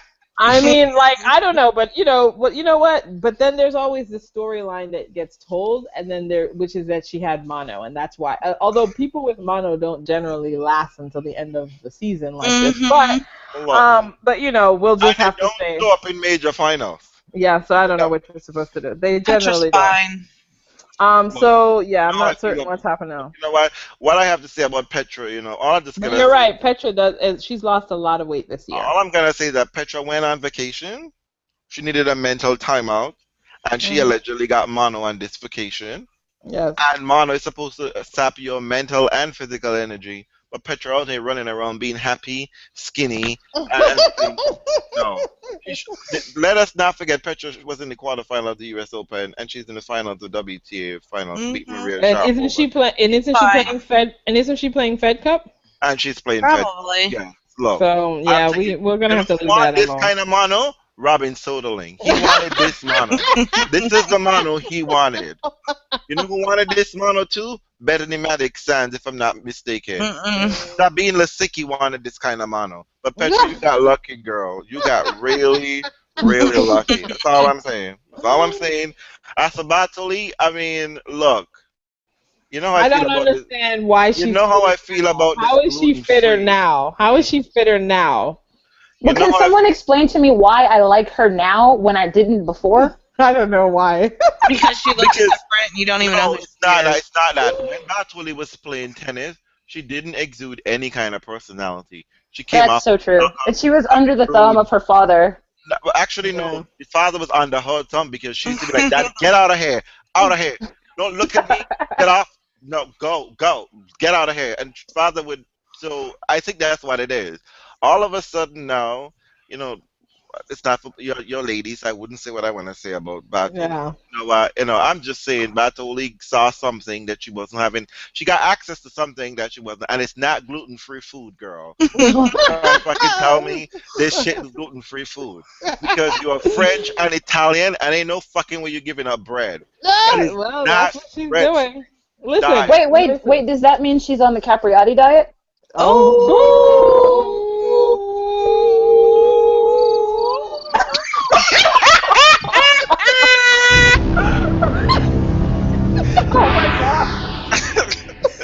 Look. Jasmine, if we want to get some sponsors around here, okay, please. It's very rare. It's very rare for you to get all of us to have all four of us, Jasmine. Jasmine, welcome. You are welcome. You are welcome to join us anytime you want. But we're about to kick you off right now. No.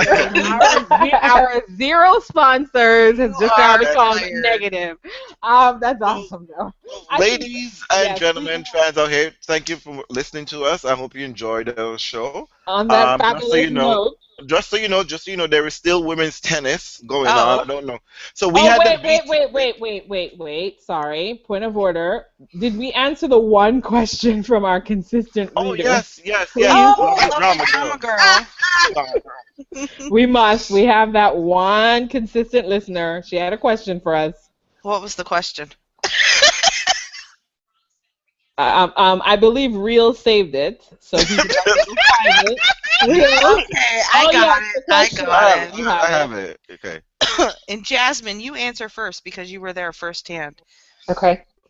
What do you think of the quality of play at this year's WTA Serena Less Finals? Did the players bring their A game? Some did. God, I wish I had seen both groups, but I thought for the ones you saw live, we can talk about the ones that we saw because we saw the other group. I thought Muguruza in the white group was the only person that wanted to be there. Mm-hmm. And I would agree with that. I did, from what I saw on television, she definitely looked like, I worked my ass to get here, I deserve to be here, and I'm playing to stay here. Well, I didn't see any of it, so I have no comment. As for the other... I think that Aga, I'll be honest, I think Aga really saw the benefit of being there. I think she pushed herself to get there. I think Petra, as always, I never know if Petra is into her tennis or not into her tennis. So, I couldn't really get a read from her. I thought Kerber was just happy to get there, but didn't know what to do when she got there. Yeah, that was my sense of it. To be honest, if I could have had 6 other ladies with the intention of Muguruza, I would have been very happy. Mm-hmm. Me too. That level of focus and engagement, I was actually missing. The killer instinct. I was missing Vika. I looked at this group and I was like, you know who was missing? Vika. You know what? Vika's going to be that girl that retires next year after the Olympics. You know what? Run off into the sunset and marry Red Phil. You know what? I love Vika. Yeah. I love Vika, but until Vika starts putting in the work, no, let me take that back.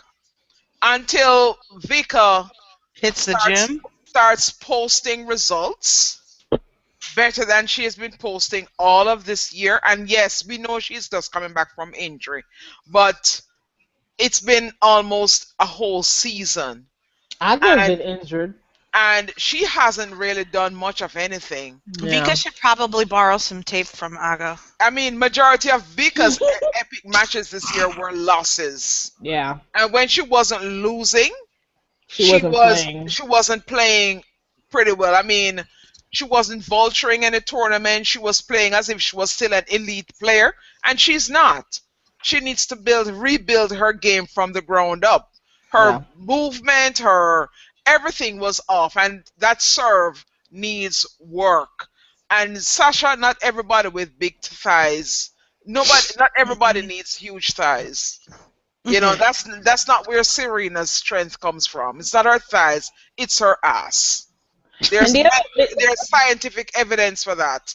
That's where and trying to bulk up somebody who is not fit is not the way to go. Yeah, look how that worked out for JJ when she tried it. Exactly. And I agree. I think Aga, of the 8 women who went to Singapore and our one alternate who never got to play, see, Gregor, that's how you do it. That's how you represent your sport. You get called as an alternate, you will turn up, you take pictures, you sightsee, you do press, you promote your sport. That's what you do. You don't take off and jet around and go look at art that you know nothing about. Right.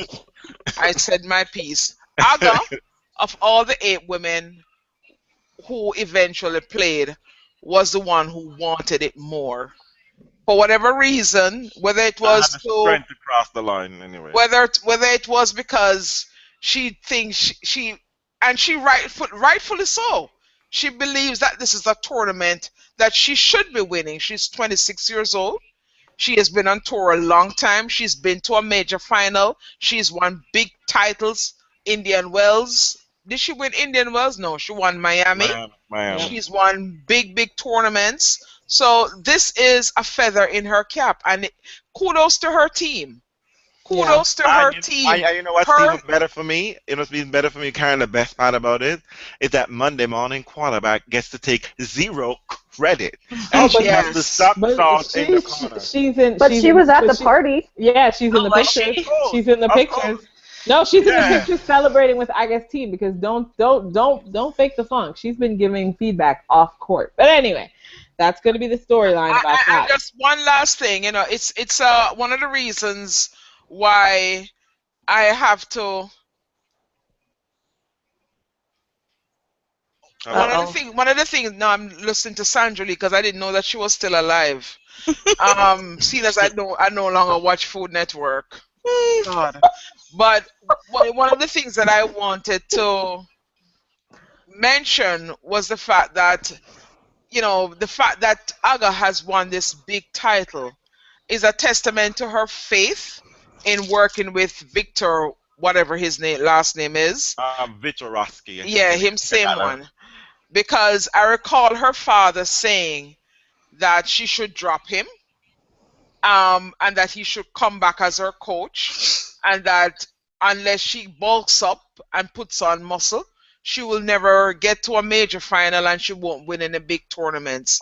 So a round of applause for Aga for really going outside and basically doing it her way. And you have to give her credit for that.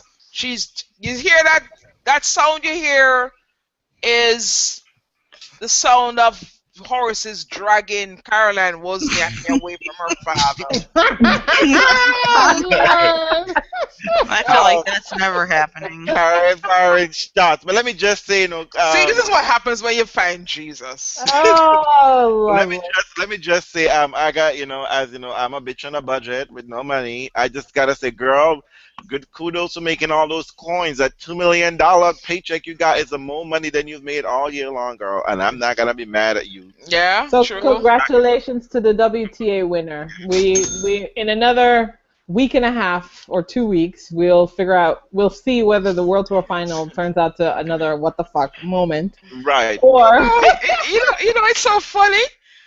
Agnieszka Radwanska, who has never even got sniffed the #1 ranking, has won the year-end championships. They were fighting for #5 in the world. I'm just gonna say. So pathetic. Neither JJ, Safina, Wozniacki, none of these women who attained #1, Azarenka, have won the year-end championships. Listen, the year-end champions is also about who lasts.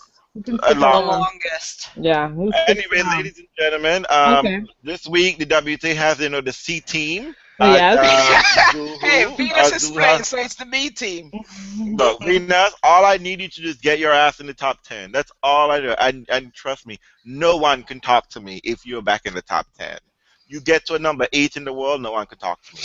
And in another 2 weeks' time, guys. will be our final we show for the year. yeah, I our think. final show, and we'll be asking you to give us your views on what to expect when you're expecting in 2016. Love it. Love The it. men are playing in Paris, which I think is the last official ATP Yes. tournament. It is. So people look for us next week, and we'll be talking about the ATP World Tour Final, which is already set. So Paris is really a non-starter. It's just bullshit. Watch for a Thank lot you, of Jasmine, dropouts. for joining us. Yeah. Thanks for thank you. having Thanks, me. Jasmine. You Thank were you, Jasmine. fantastic. You were so amazing today. You know, I gotta give you a round of applause. Thank you. Especially as an impromptu guest, you know, this was not planned in any way. You just roll up, you know. Thank you, Andreen, for asking Jasmine. We're happy to have you here. Yes. And you know, just so you know, next time you're traveling, take me. Well, I'd be happy to have someone to talk to next time I'm traveling, so you're more than welcome to come. Well, you know, You you have to could have sit- at but you least tweeted us and told us you were there, and we would Yeah. have, you know. You Been have there to in leave up spirit. double Well, the money. now you know her. Now you know where to find her. You can find her at Yes. Fiora Bianca, right? Okay, Yes. right. And you have to save up double the money, just so you know, because I'm a bitch with no budget. Okay. Oh, okay. Sam Gross isn't making enough money to send me those checks. All right. All right. Good night. Good night.